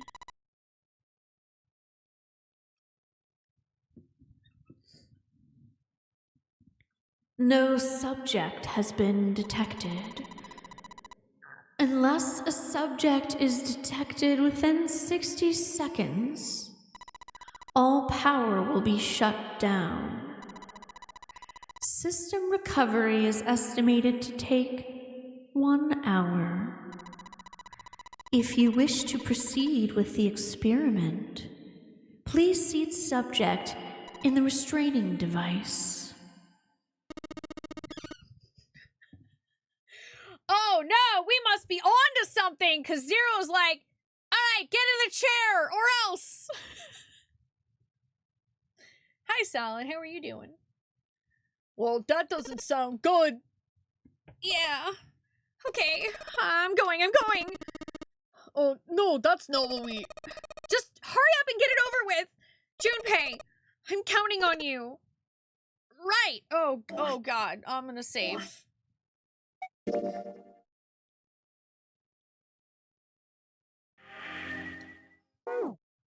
gonna save, doop-a-da-doop. I'm really nervous about this, doo-ba-ba-dee-dee-doo-doo-doo-doo. Lotus sat down on the chair. Junpei looked at her one last time, then made his way to the monitor.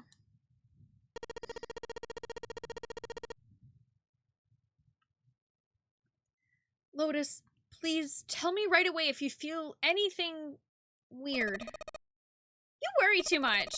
Now get on with it and be a man, or June's gonna leave you. Lotus was putting on the best act she could manage, but her legs were shaking so much that if she hadn't been sitting, she likely would have fallen down.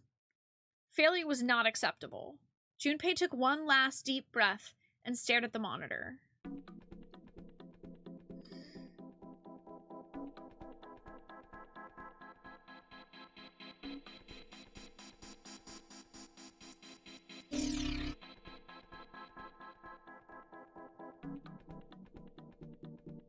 Oh.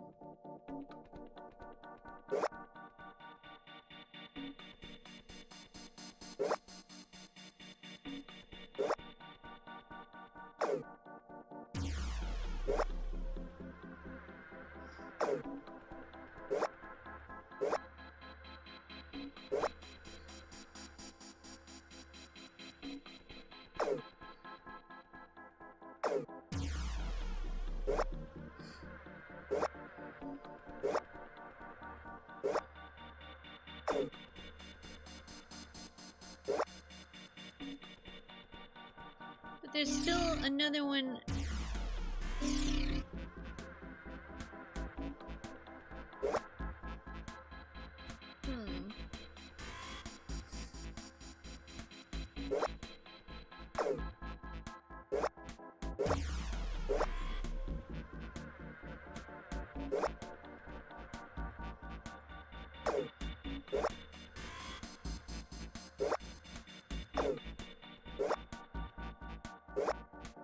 Doesn't even seem to do anything. What? Let's see. Does that... Oh, that does look like it changed something here. Okay, so that does affect that. Interesting.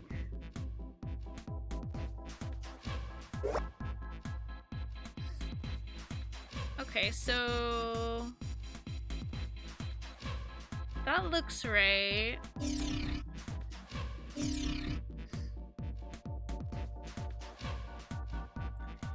Okay, but I need this whole bottom row.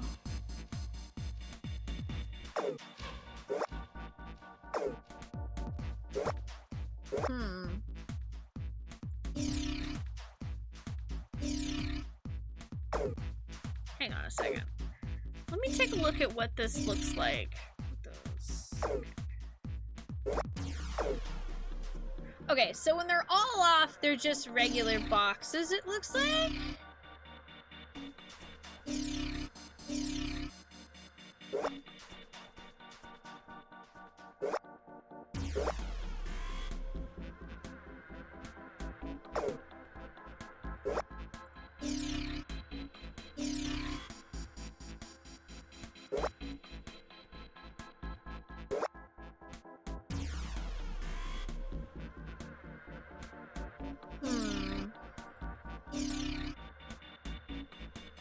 This is really interesting. Let's see. Okay, I need something... Does that... Yeah, I need to figure out what affects this row here.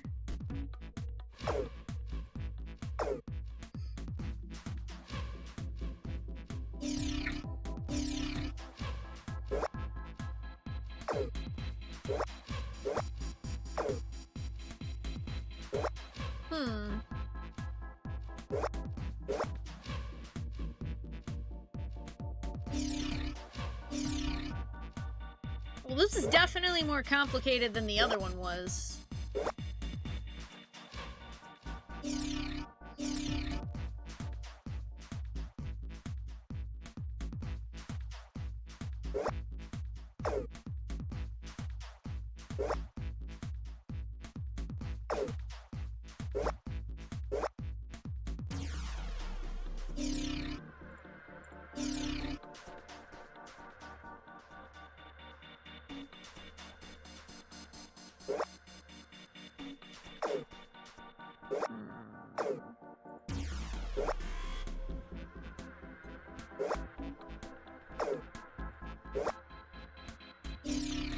thinkies.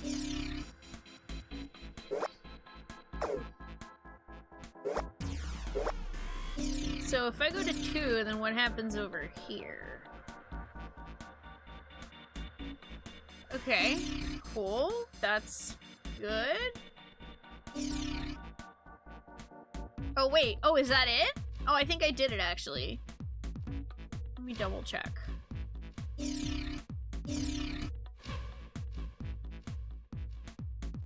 Okay, cool.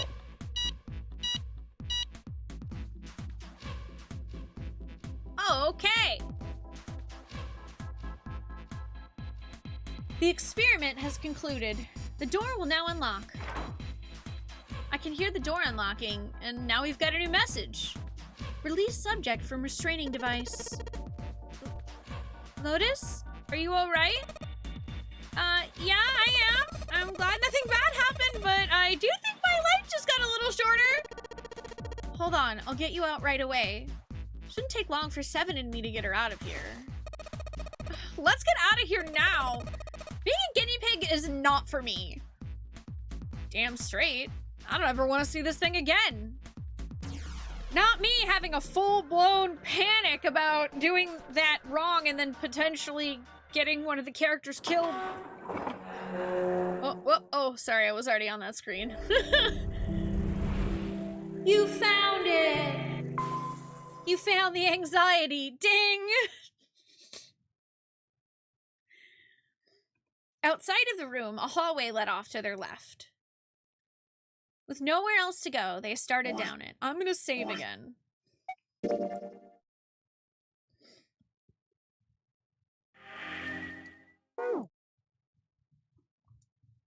It turned left twice before they saw the elevator. In silence, they jogged up to it. Junpei pushed the C button. C. The elevator motor ground away, and before long, they found themselves once again on C deck. The door opened, and they stepped off.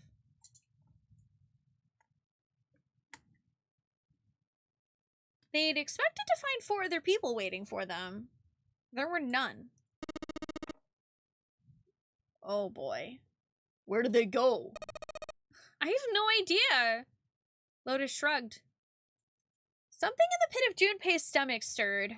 He tried to forget the feeling and took off down the long hallway before him.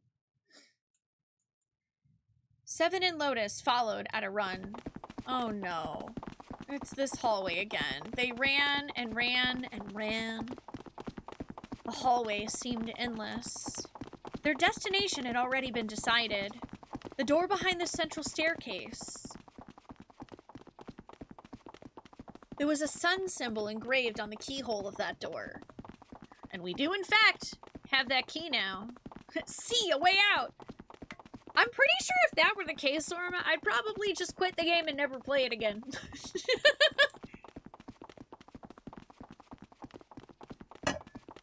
Junpei had the sun key in his pocket! That key would open the door. It had to. That was why they ran for the central staircase. They had run for quite some time when they arrived at the door that ended the hallway. Junpei stopped. He laid his hand on the doorknob, his breathing heavy. Seven laid a hand on his arm. Hold on a sec there. Huh? We don't have the key for this one yet, right? There's the Jupiter symbol engraved over the keyhole. Seven was right. They had no Jupiter key. Yeah, wasn't the sun key door somewhere else? I'm pretty sure I wrote that down.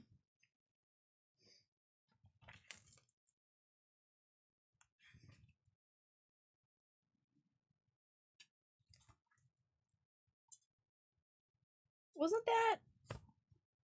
Oh, shit. Was that on D-Deck? Oh, yeah. Yeah, it would have been a huge dick move to be like, oh, you got it right? Well, the character's dead now. Well, we can't open the door! Hooray! Unfortunately, no, we can't. Jeez. The sun door's gotta be just on the other side of this, you know? Frustrated, he twisted the doorknob. Wait, what? The door opened? Hey, it opened! What? The others must have found the Jupiter key. Well, what are we waiting for? As he spoke, he shoved the door the rest of the way open. They rushed through and stopped cold. Oh no. The terrible scene before them made their blood run cold.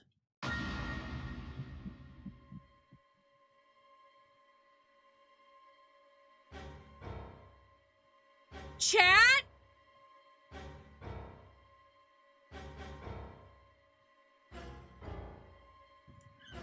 Look who's missing here.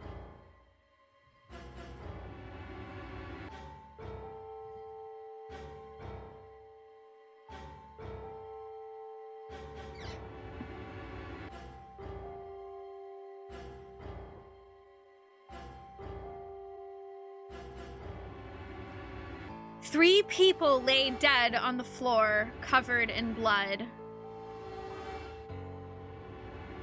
Junpei felt a cold sweat trickle down his spine. He couldn't breathe. His legs shook. His body felt cold. Deathly cold. But his blood was boiling hot. He could feel his mind begin to fade. He couldn't think. He couldn't concentrate. His mind was blank. What the hell? What the hell happened? Seven's voice was weak and broken. He edged toward the bodies, his movements stiff. He bent down over Clover and pressed his fingers to her wrist. Nothing. She's dead. Suddenly, Lotus moved. Before he understood what was happening, her hand was in Junpei's vest pocket. Hey, what are you doing? He leapt back. Lotus looked up at him, terrified. The key! Give me the sun key! Why? What do you think? We have to get out of here before the murderer comes back! The murderer? The murderer. Once again, Junpei looked at the dead bodies. Santa, Clover, and Ace. That meant that the person who had killed them was... No. No, it couldn't be true. Before Junpei could react, Lotus dove back into his pocket and came out with the key.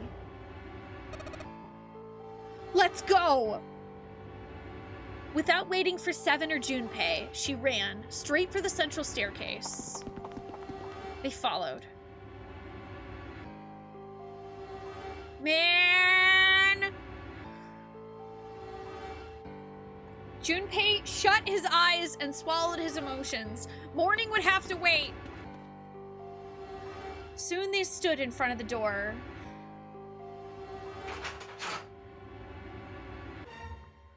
Well, time to mark who's dead. It's Santa. And Ace. And Clover.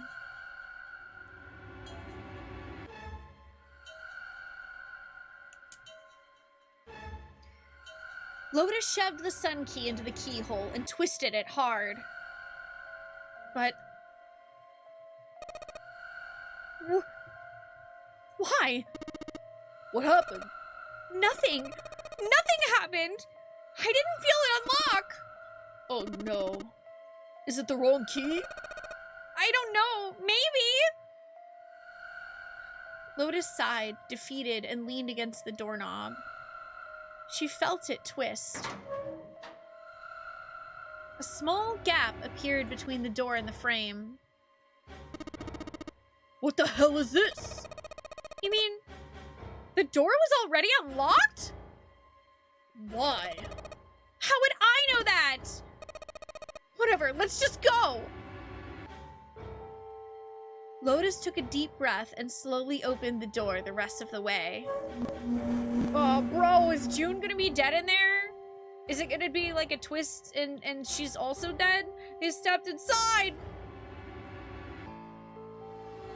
In front of them was another hallway. It stretched out toward the bow of the ship. They began to run. Faster and faster they ran, trying desperately to reach the end of the hallway. A few seconds later, they were there. In front of them stood a massive metal door. They were all breathing heavily as Junpei spoke. What the hell is this door? I can't see anything that looks like a doorknob or a switch or lever or card reader or anything. How the fuck are we supposed to open this? We don't have a choice. We're gonna have to go back. No. No! I'm not going back there! There's a murderer back there! There was more stark terror in Lotus's voice than authority. She was almost begging. But I don't see any other doors. As he spoke, Seven stepped toward the door in front of them, as if to illustrate that it was the only door. Oh, cool, and it opened. Well, that is a combination of convenient and inconvenient and scary. It opened! Nothing surprising, a simple automatic door. Look, guys, I got a really bad feeling about all this. The other doors were already unlocked, and this one's automatic. We haven't seen anything like this before. How could their situation possibly get worse? 3 people were already dead. I mean, technically 5 people are dead. They'd hit the bottom, Junpei told himself. There was nowhere to go but up. He stepped through the door. And whatever hope Junpei had managed to summon disappeared. Oh boy. No. No, no, no, no, no, no. No, no, no, no, no. It wasn't true. It couldn't be true. It was impossible. No! That's impossible! Utterly impossible! It was a dream! It had to be a dream, a nightmare! Yes, he was a nightmare, and if he could just wake up, he was seeing things. Yes, that was it. This was a hallucination. A lie. It wasn't real. It wasn't real. It wasn't real. Right? June. No. No. The code names meant nothing now. Canny. Canny! Canny!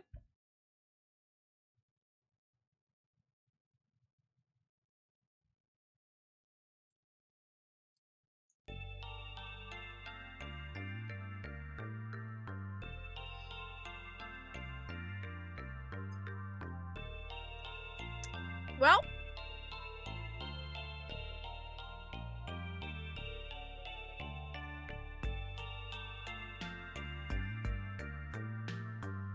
she's dead, Jim.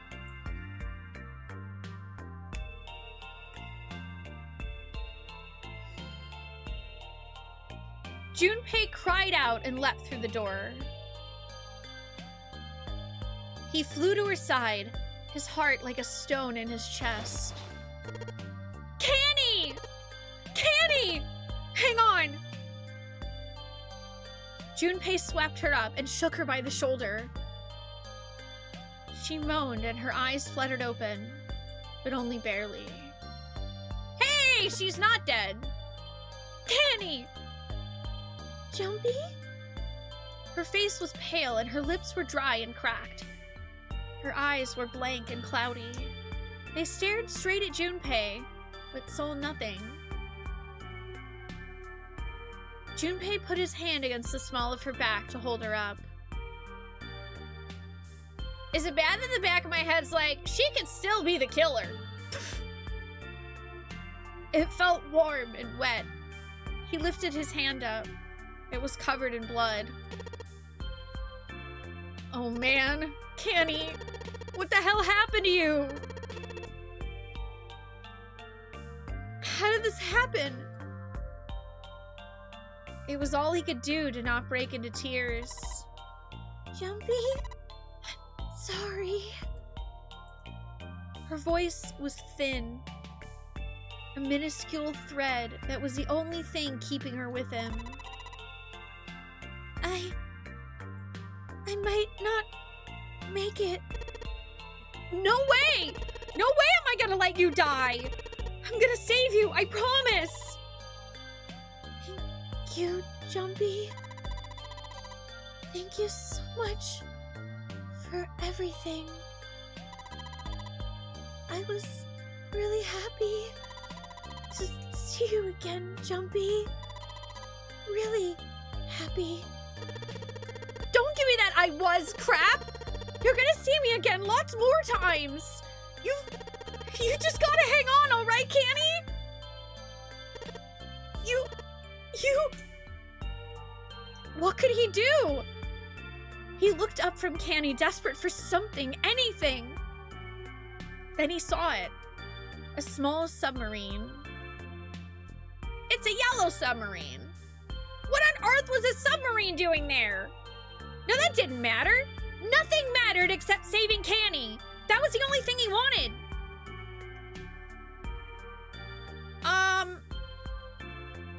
Question? And listen. Chat, don't actually answer me, okay? This is not really a thing that I want answered. But, like, question.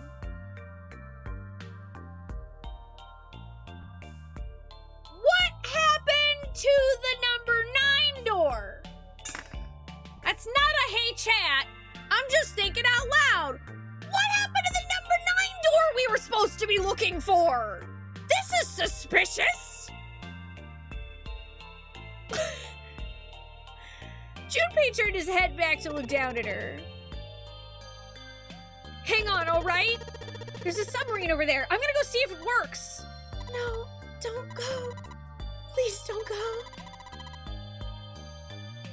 Please just stay with me, okay? I wanna be close to you, Jumpy, when I... Canny. Jumpy, did you know you meant a lot to me when we were kids? I've liked you for a long time, Junpei.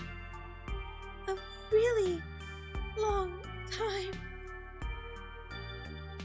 Junpei's vision had gone blurry. It took him a moment to realize his eyes were filled with tears. What is this salty discharge? He could feel a piercing point of heat deep in his heart, like a white-hot flame. Jumpy, do you remember how we hung out a lot when we were kids? We went to the pool and to the fair. Do you remember playing snowball at the school? They're all memories I'll never forget. All of those moments are treasures to me. But I also wanted to go a lot of other places with you. A lot more. But that won't happen now. No, I mean, yes! Yes, it will happen! We'll go all sorts of places, Canny! You hear me? I promise, we'll go wherever you want! Really? Yeah, really, I swear! That makes me happy. Really happy? She said it to herself, over and over, a weak smile creasing her tired face. Jumpy, I feel sleepy. No, Canny, don't fall asleep. Thank you, Jumpy. Thank you so much.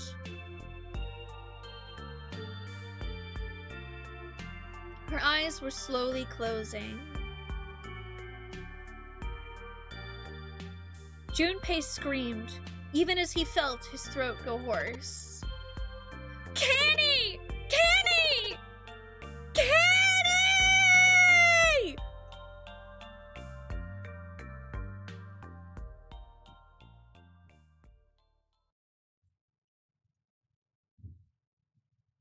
That's very not good.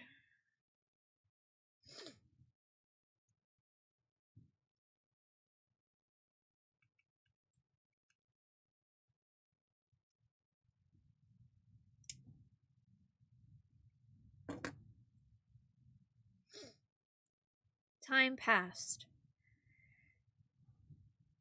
Junpei wept, curled around Canny's body. He cried and cried until he had no tears left. When the last tear fell, Junpei was no more. His body remained, but only as an empty shell. Somewhere, he heard a bell ring. It was the clock at the central staircase. Are we dying here?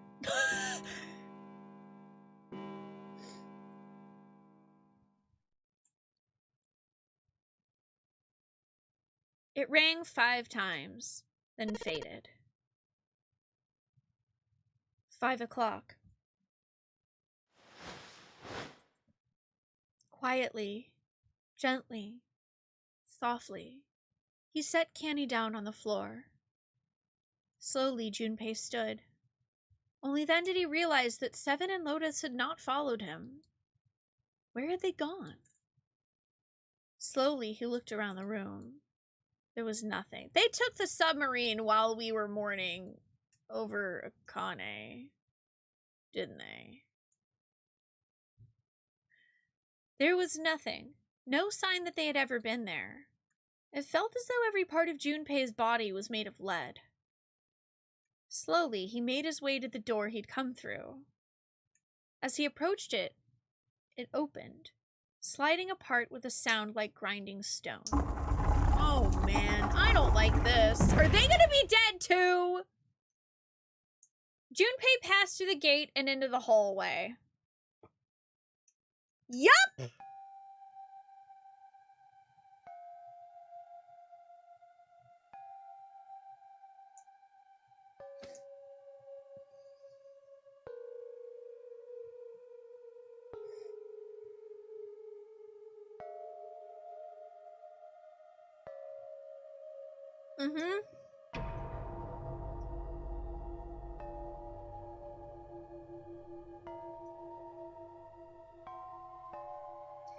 Yeah, I'm pretty sure that the killer is us then. Unreliable narrator, unreliable narrator. Yeah, they just put a bunch of ketchup on them. I'm sure they're faking it. His heart rattled in his chest. An empty, lifeless thing. It had been so utterly broken that there was nothing left to feel. When he saw their bodies, he simply stared. It was a lake, a sea of blood. 2 bodies lay in it. There was no need to check. There was no breath left in them. His eyes lit on Lotus's wrist. Her bracelet. It was gone. He stared. It meant nothing to him. He didn't care anymore. He couldn't care anymore.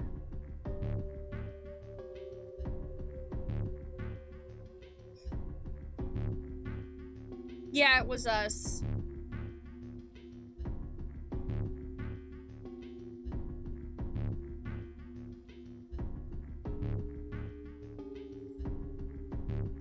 Chat, you know what 8 plus 6 plus 5 is, don't you?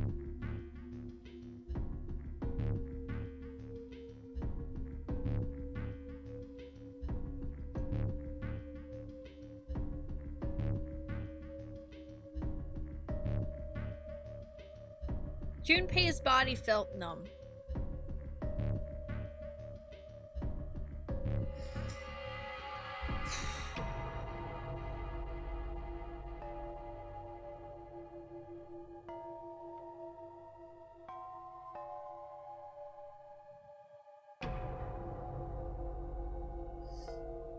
Not map.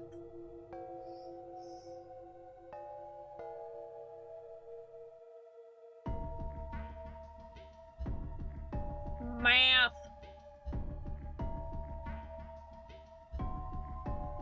Math. I mean, technically sevens would be the more useful one, but...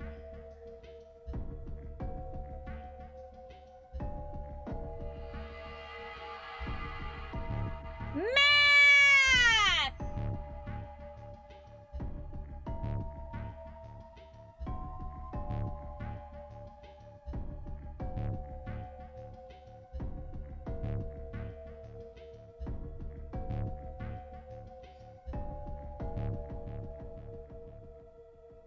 Junpei's body felt numb. A part of him knew the lump of lead in his chest had once been a heart. He couldn't quite remember what it had been for. Tears poured from his eyes in great streams. He wasn't sure why. He gave up trying to make them stop. He turned around. The door opened again, and slowly, numbly, he walked through. He kept walking. Why stop? An object set in motion. Simple inertia carried him forward.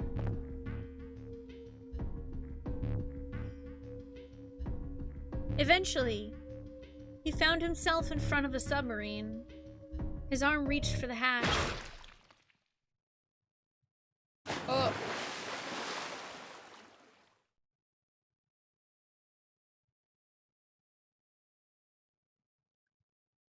And then he was floating in water. His eyes stared down into it. He couldn't see the bottom. His back was hot. Dude, so there is someone here murdering everyone. Great Gatsby reference! Kind of. I mean, it was a gun, but close enough. Dimly, he felt the blade of a knife in it. Who? One dead body lay behind door number 5. The body of the 9th man. Another lay in the shower room. The body of Snake. At the central staircase were 3 more. Ace, Santa, and Clover. Just outside the door were 2 corpses, those of Seven and Lotus. And in this very room lay the body that had once been Canny. Bro, dude, was she faking it? And now Junpei would join them. Who then had killed them all? Who?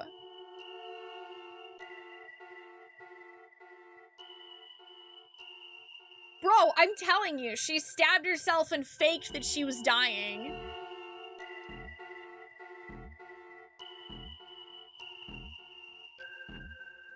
Junpei let out one last breath. Faintly, he felt the bubbles creep up the side of his face. His consciousness faded quickly, dissolving away into the cold, gentle lapping of the water.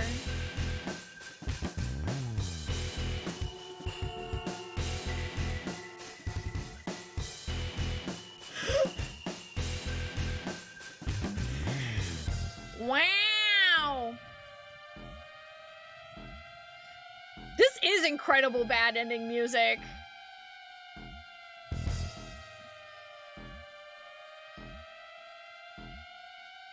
Not a single answer was given. The end!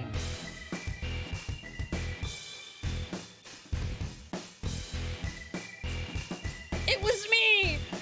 Dio! We don't know Space Dandy.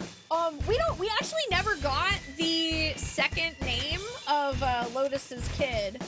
We got Nona, and then we never got the second name.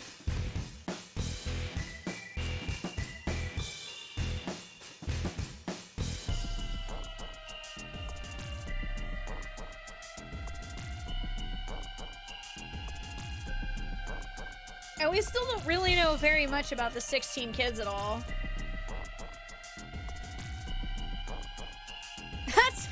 That's how we failed the notary game.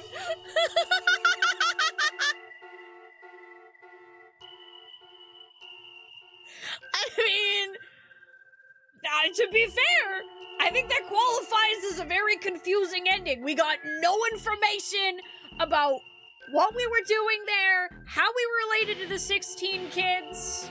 Oh, sorry, the end, or is it? No information whatsoever. Some might consider that confusing.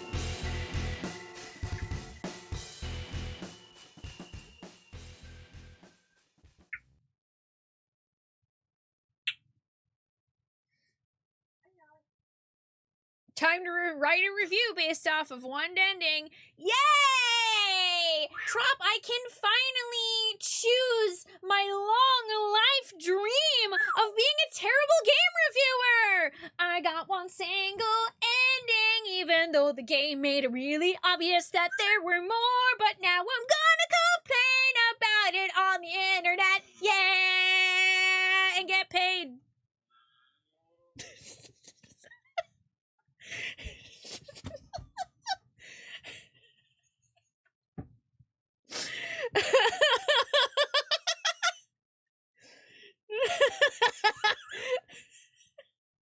Hi, Chop. How are you doing? Hi, Jordan. What? I wanted answers in this mystery video game? Yeah. Yo, hey, I completed one ending to 999 Game Informer. You wanna pay me a nice little salary? I'll write you a review. Dear Game Informer, hang on. Dear Game Informer, I am writing to you today with my review of 999, 9 hours, 9 persons, 9 doors. Based on the fact that I saw a screen that said the end, I have assumed that I have completed everything that this game has to offer, and what it has to offer is nothing but a trite look at society and what people truly think of violence and nonsense. I believe that had they put even just an ounce more of thought into their puzzles and less about trying to talk about how woke the world is now or should or shouldn't be, that perhaps they would have made a better game and also a longer one. I wish that I had never paid $40 for this game, even though I did not pay $40 for it because I am a game reviewer. 3 out of 7.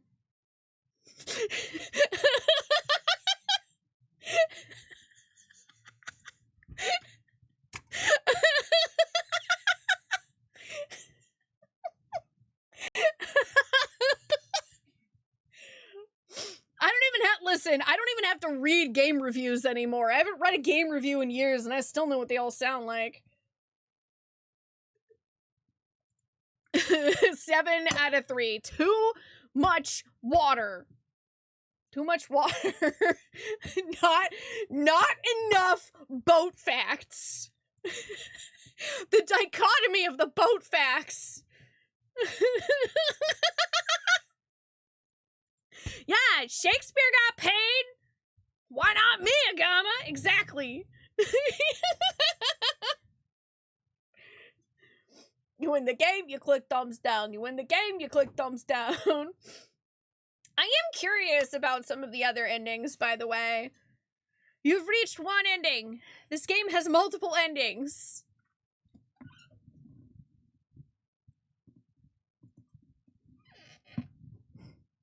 You remember that time, chat? You remember that time that someone revered Nier Automata having only played ending A, even though the game specifically tells you that there are way more endings and so much more content to be seen? Games do tell you, you just have to read. Did you know the game has multiple endings? In order to experience all the endings, you need to save now. You feel called out. You stop playing after ending A. But Solid, after you played ending A, did you then go online and write an extensive review as your job? As your career choice? Did you write a review and post it on the internet to let other people judge the game from your playthrough, claiming that there were no other endings? Probably not.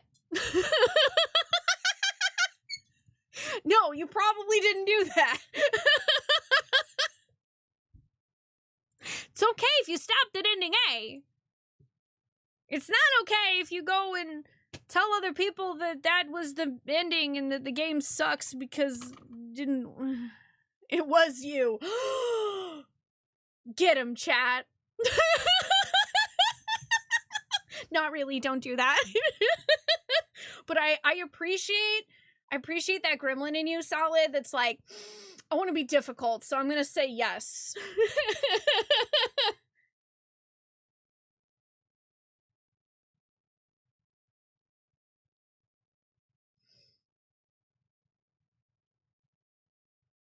And yeah, this definitely is a thing where I'm happy that they are like, hey, did you know this game has multiple endings?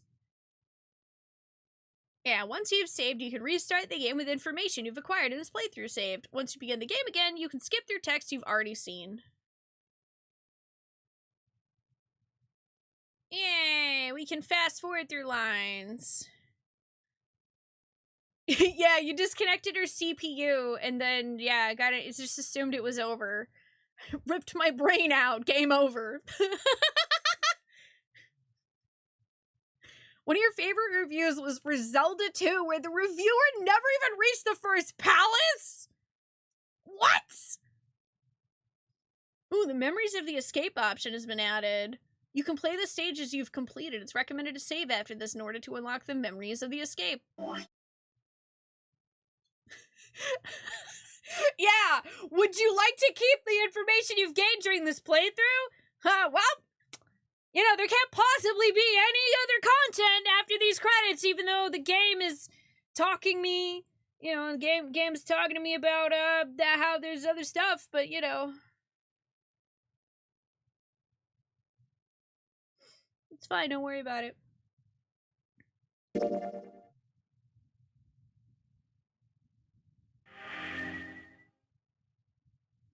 Oh, yeah, I was done, Saljan. I wasn't planning on talking about any actual story content in the endings. I was just like, you guys remember that time that game reviewers were silly? I just can't help myself. Okay, there's, continue and begin with memories. So I assume... Oh, yeah, look!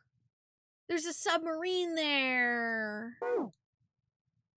Cool.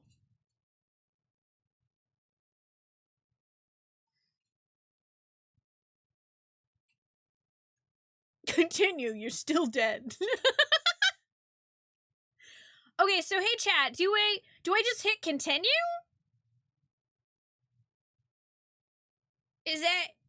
Is that what I'm supposed to do?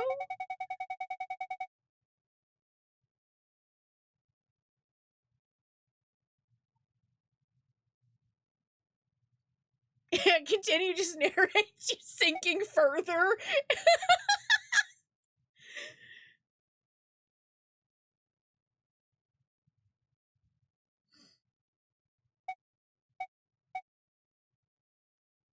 That's not unusual, Ness. I like different opinions on stuff that I enjoy. I also just I like for the people that I am getting their opinion to have actually like played the game, or at least be aware, like if they didn't finish it, to like to know that, you know? Like, it's cool. Not every game's gonna be for every person. I like hearing why people didn't like games, too.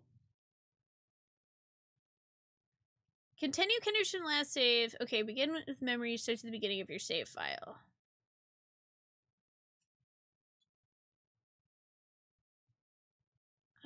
Okay. Thanks for the 250. Fucking nerd. Continue. You wake up. You are in a ship. The ship is underwater. You drown. The end. Safe.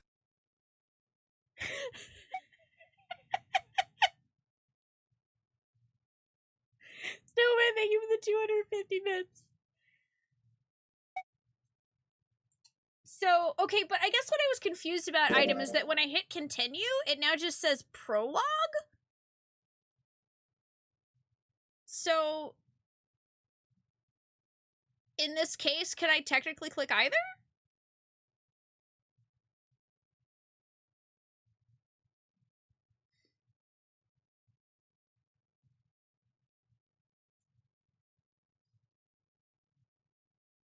Kind of like Kotaku's Joker 2 review, where the reviewer didn't see the movie but read a number of spoiler-laden reviews from other people and aggregated them all together.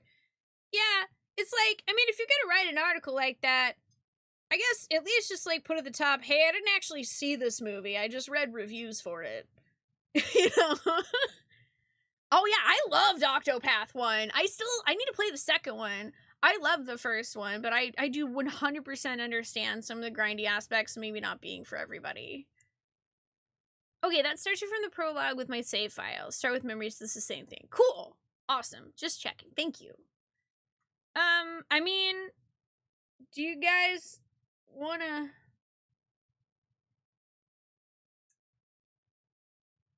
Do you guys want to see more endings? I mean, I don't know if I could actually get to any more of them tonight. I kind of feel like I probably can't get to any more of them tonight, because I'm going to assume that there's going to be, like, a bunch of new puzzles and stuff, and I guess I'll have to redo old puzzles to get through some things.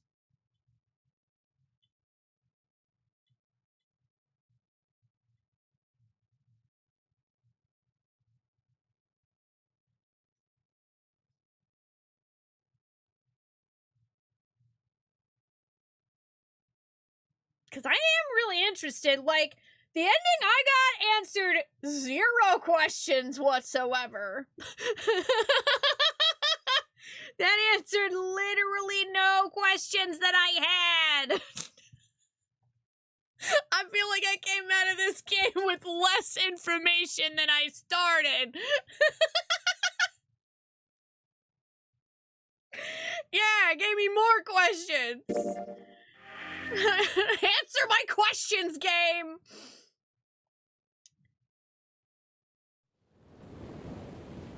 It is nice that they'll let me skip the previously seen dialogue. That will help immensely. Because I think if I couldn't do that, then there's no way that I would get through any of this. Also, yeah, it looks like I can... Oh. His balance lost, and his still fuzzy mind struggling to understand what was going on, Junpei tumbled to the cold, gray floor. Oh, wait. Yeah. So did that mean that that was new?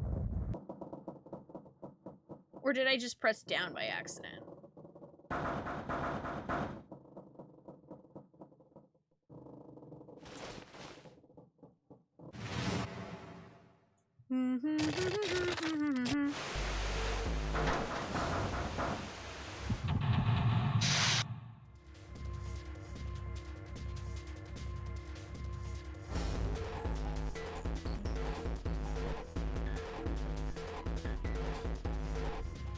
I guess this now makes sense to me. I understand, Item, why you wrote down all the solutions.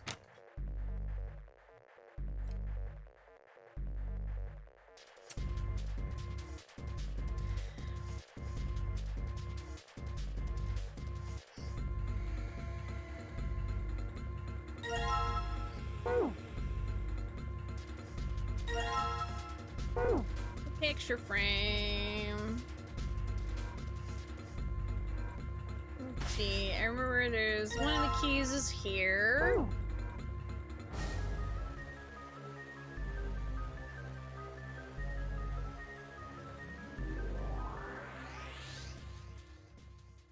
Ooh, yeah, this is new. The yellow. How did I end up here? Even as he said it, something in his mind opened and a memory bobbed to the surface. It was the last thing Junpei remembered before waking up in the strange room.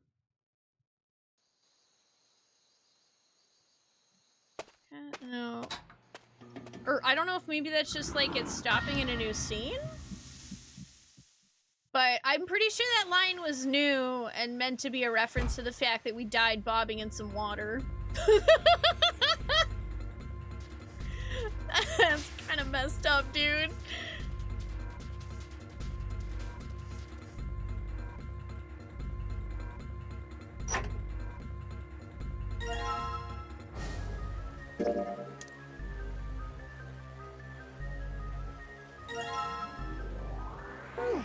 Like, I don't actually know if I need all of these. Oh, hey chat, I do have a question. Hey chat, do I need to actually, like, fully solve every puzzle, like, get every item and go through everything?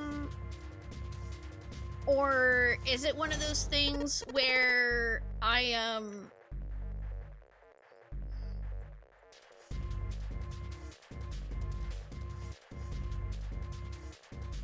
Or is it one of those things where, like,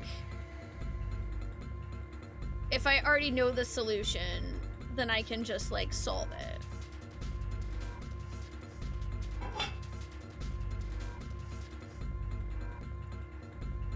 Oh yeah, it depends on the puzzle. Okay. Cool. That's good to know.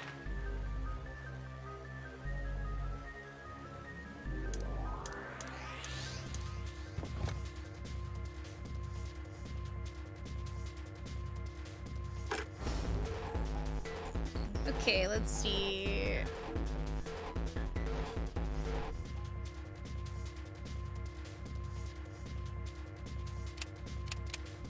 This one is 7, 4, 8, 5.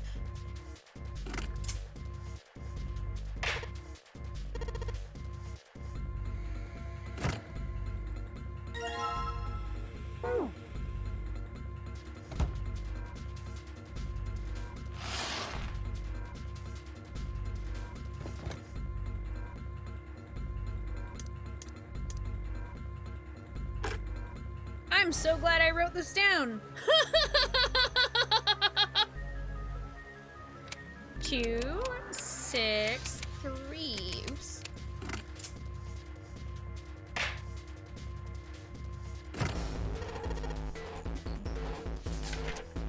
A file!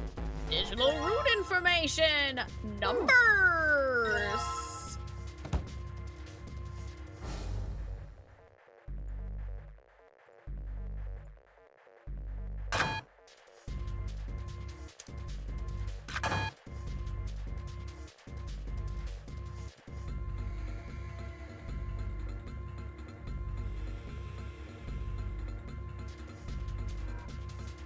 Let's see, and then it was 761, I think.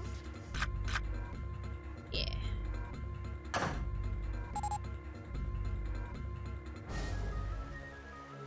Oh, you can actually skip getting the screwdriver. Oh yeah, I guess that's true, because you don't need the paper with the notes if you already know it. That makes sense.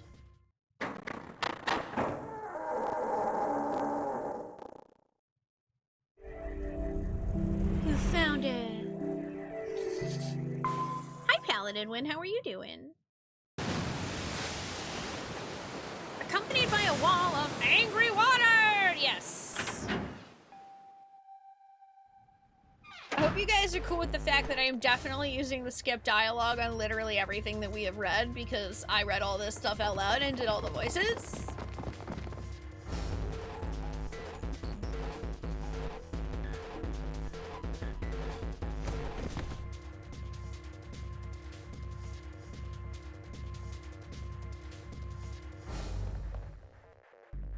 is real cool.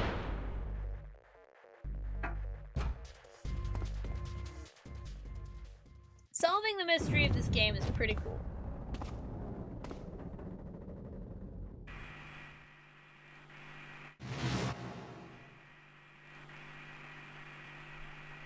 And it's also really interesting because, yeah, I still feel like I know literally nothing. I feel like I know literally nothing about this game.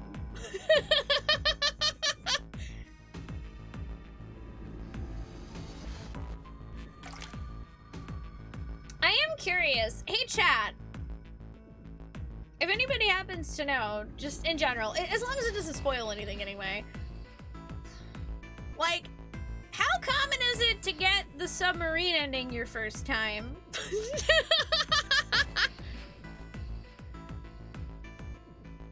Oh, Chrome doesn't do the video freeze like Firefox does for stream with Metaphor? I mean, I'm glad that you found a solution for it, Orma. Good luck on the boss, too. You're gonna do great, I believe.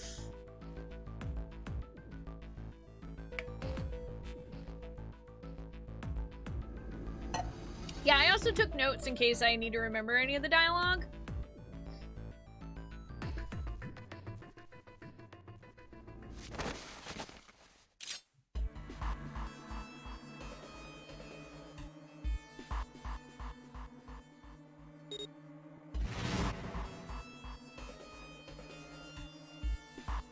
Oh, that was your first ending too, Alvin?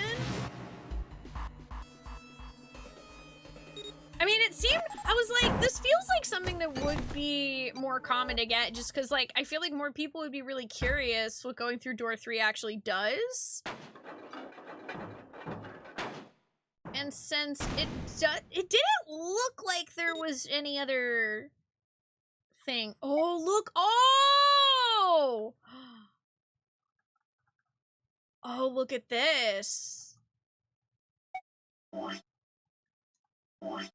Ew, that's so good. It actually tells you which choices you've already made. Let's go with Santa and June this time.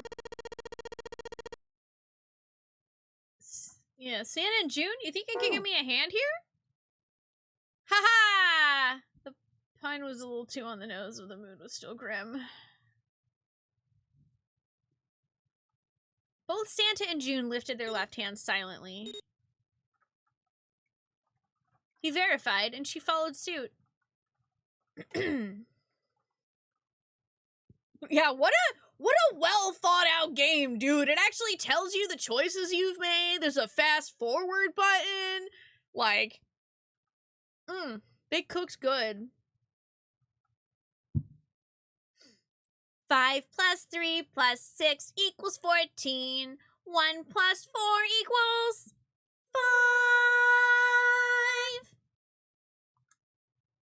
5. 5.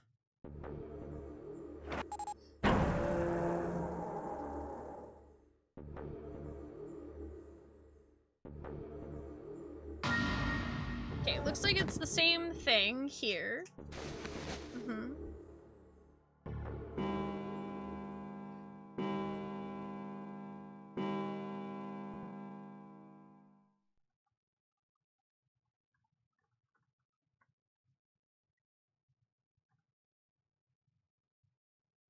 Oh. Interesting. It also, okay, so this is even like choices where like you could pick the wrong answer. I am kind of curious what happens if you, what happens if I just pick something I know is wrong? Only 2 people can go through something like that. No, wait, that was wrong. It was on the tip of Junpei's tongue when Lotus beat him to the punch. All those who enter must leave, and all who enter must contribute. That's what the letter said. In other words, no less than 3 and no more than 5. Exactly. Snake inclined his head towards Lotus. The 9th man, however, broke that rule. Ah, okay. So there's a slight dialogue change there. And then the rest of that is the same. That's wild. Yeah, the game literally tells you about the skip button. I mean, I guess if you just kind of mash through the ending dialogue.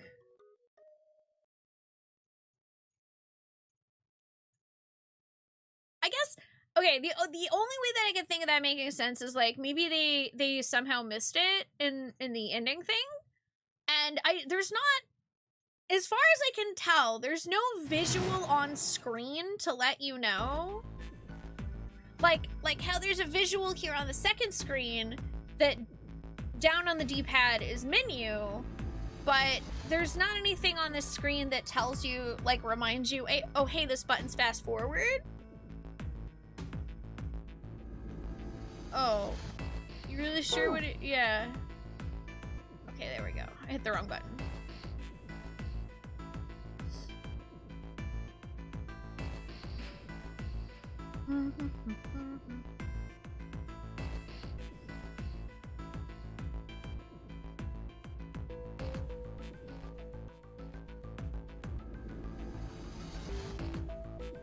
I don't know if answering correctly matters. So I'm just gonna answer wrong for giggles. It'd be 2. They couldn't pass through door 4. Wait, that wasn't right! Junpei ran the numbers again. Okay. I'm just curious what happens if you pick all the wrong answers. Ah, okay. So here's what I think must be the first big choice.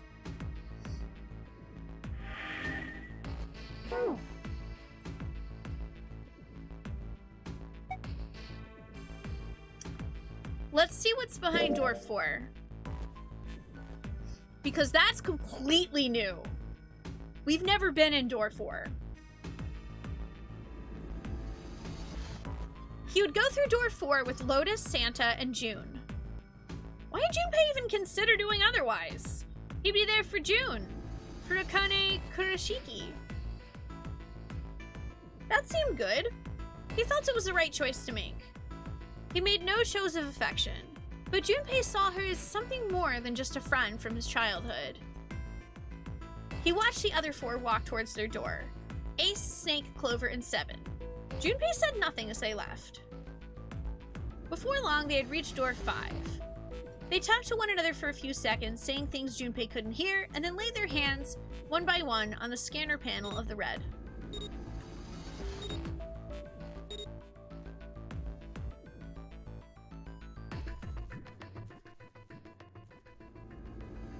Ace grabbed the lever. His face tight with determination, he turned over his shoulder to look at Junpei and his companions. Goodbye. Be careful! Ah, oops, sorry. I was already on that screen. As Ace pulled the lever, the door swung open, the mouth of a great hungry beast. Beyond the door, Junpei knew, lay the sad remains of the 9th man. It did not surprise him that Ace, Clover, and 7 hesitated. The body was not a pleasant thing. Snake had no such problems, as his blindness made him immune to the horror. He stepped through the door, his feet making a wet splack in the pool of blood. Do you intend to kill me? I assume you haven't forgotten the door only remains open for 9 seconds, have you? Snake had not even bothered to turn around, but the other 3 steeled themselves and stepped through the door. Goodbye! Door 5 swung shut, closing with the heavy finality of metal upon metal. Junpei and his companions scrambled to the door. They pressed their ears to it in an attempt to hear what might be taking place on the other side. It's beeping. It's just like before. Probably the stand of the detonator on the bracelet. Do you think they're okay? June's face showed her concern more plainly than her words ever could. Almost as though in response to her question, a voice rang out from the other side of the door. It was 7. Hey, there it is! That's gotta be that dead thing! Come on, get over here, we gotta authenticate!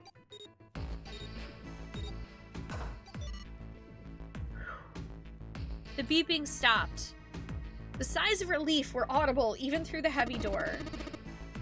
Looks like it stopped. Junpei and his companions leaned away from the door and breathed a collective sigh of relief of their own. Hey guys, are you doing alright over there?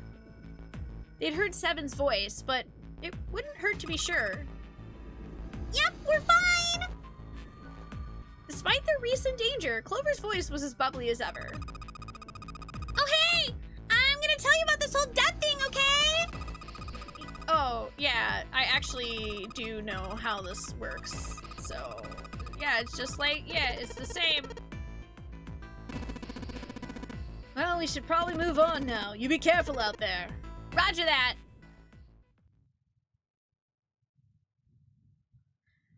Oh boy. Junpei and the others left door 5 and headed towards door 4. 4! They stood in front of the red and placed each of their hands upon it.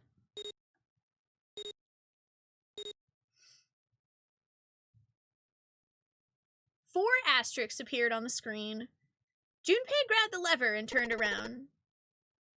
You guys ready? Yeah. Sure. Let's go. None of them looked particularly optimistic, but their faces were set. Junpei nodded to them and turned back towards the red. All right, let's go. With strength and determination, he pulled the lever. Pull the lever! Let's see what's behind door number 4. Run! The four of them leapt through the door together. The moment they had passed through it, each heard a cold electronic sound coming from their left wrist. In the center of each bracelet, a red skull appeared and began to flash. The detonator's countdown had begun. In the long moment that each of them spent staring at their wrists, the door closed behind them. Yep. There was no way back in now. They were committed. They couldn't find the device to deactivate their detonators.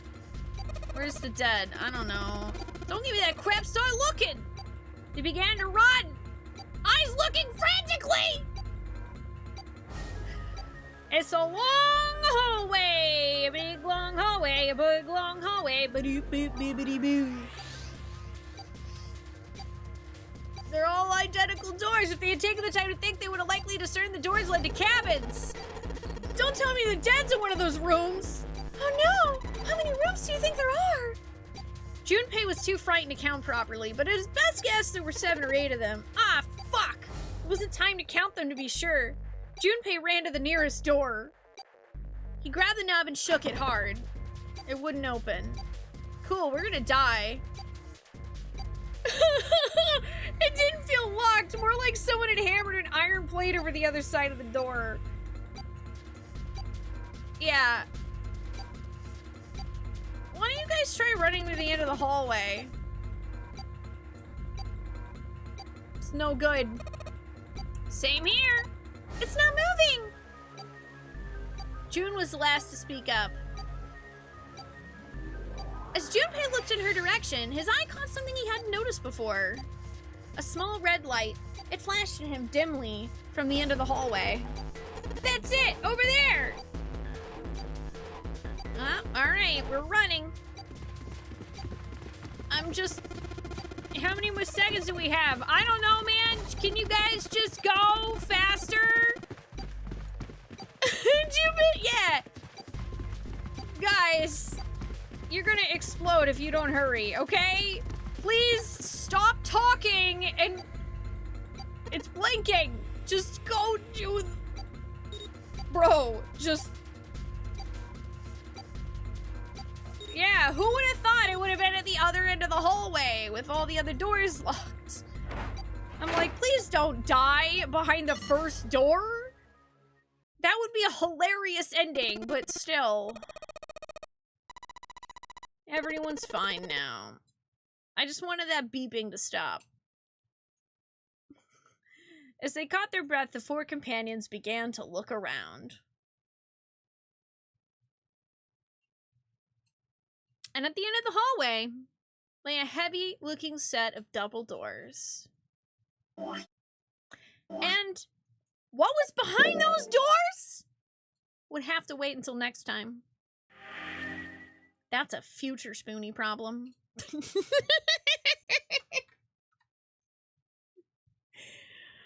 That's a future me problem.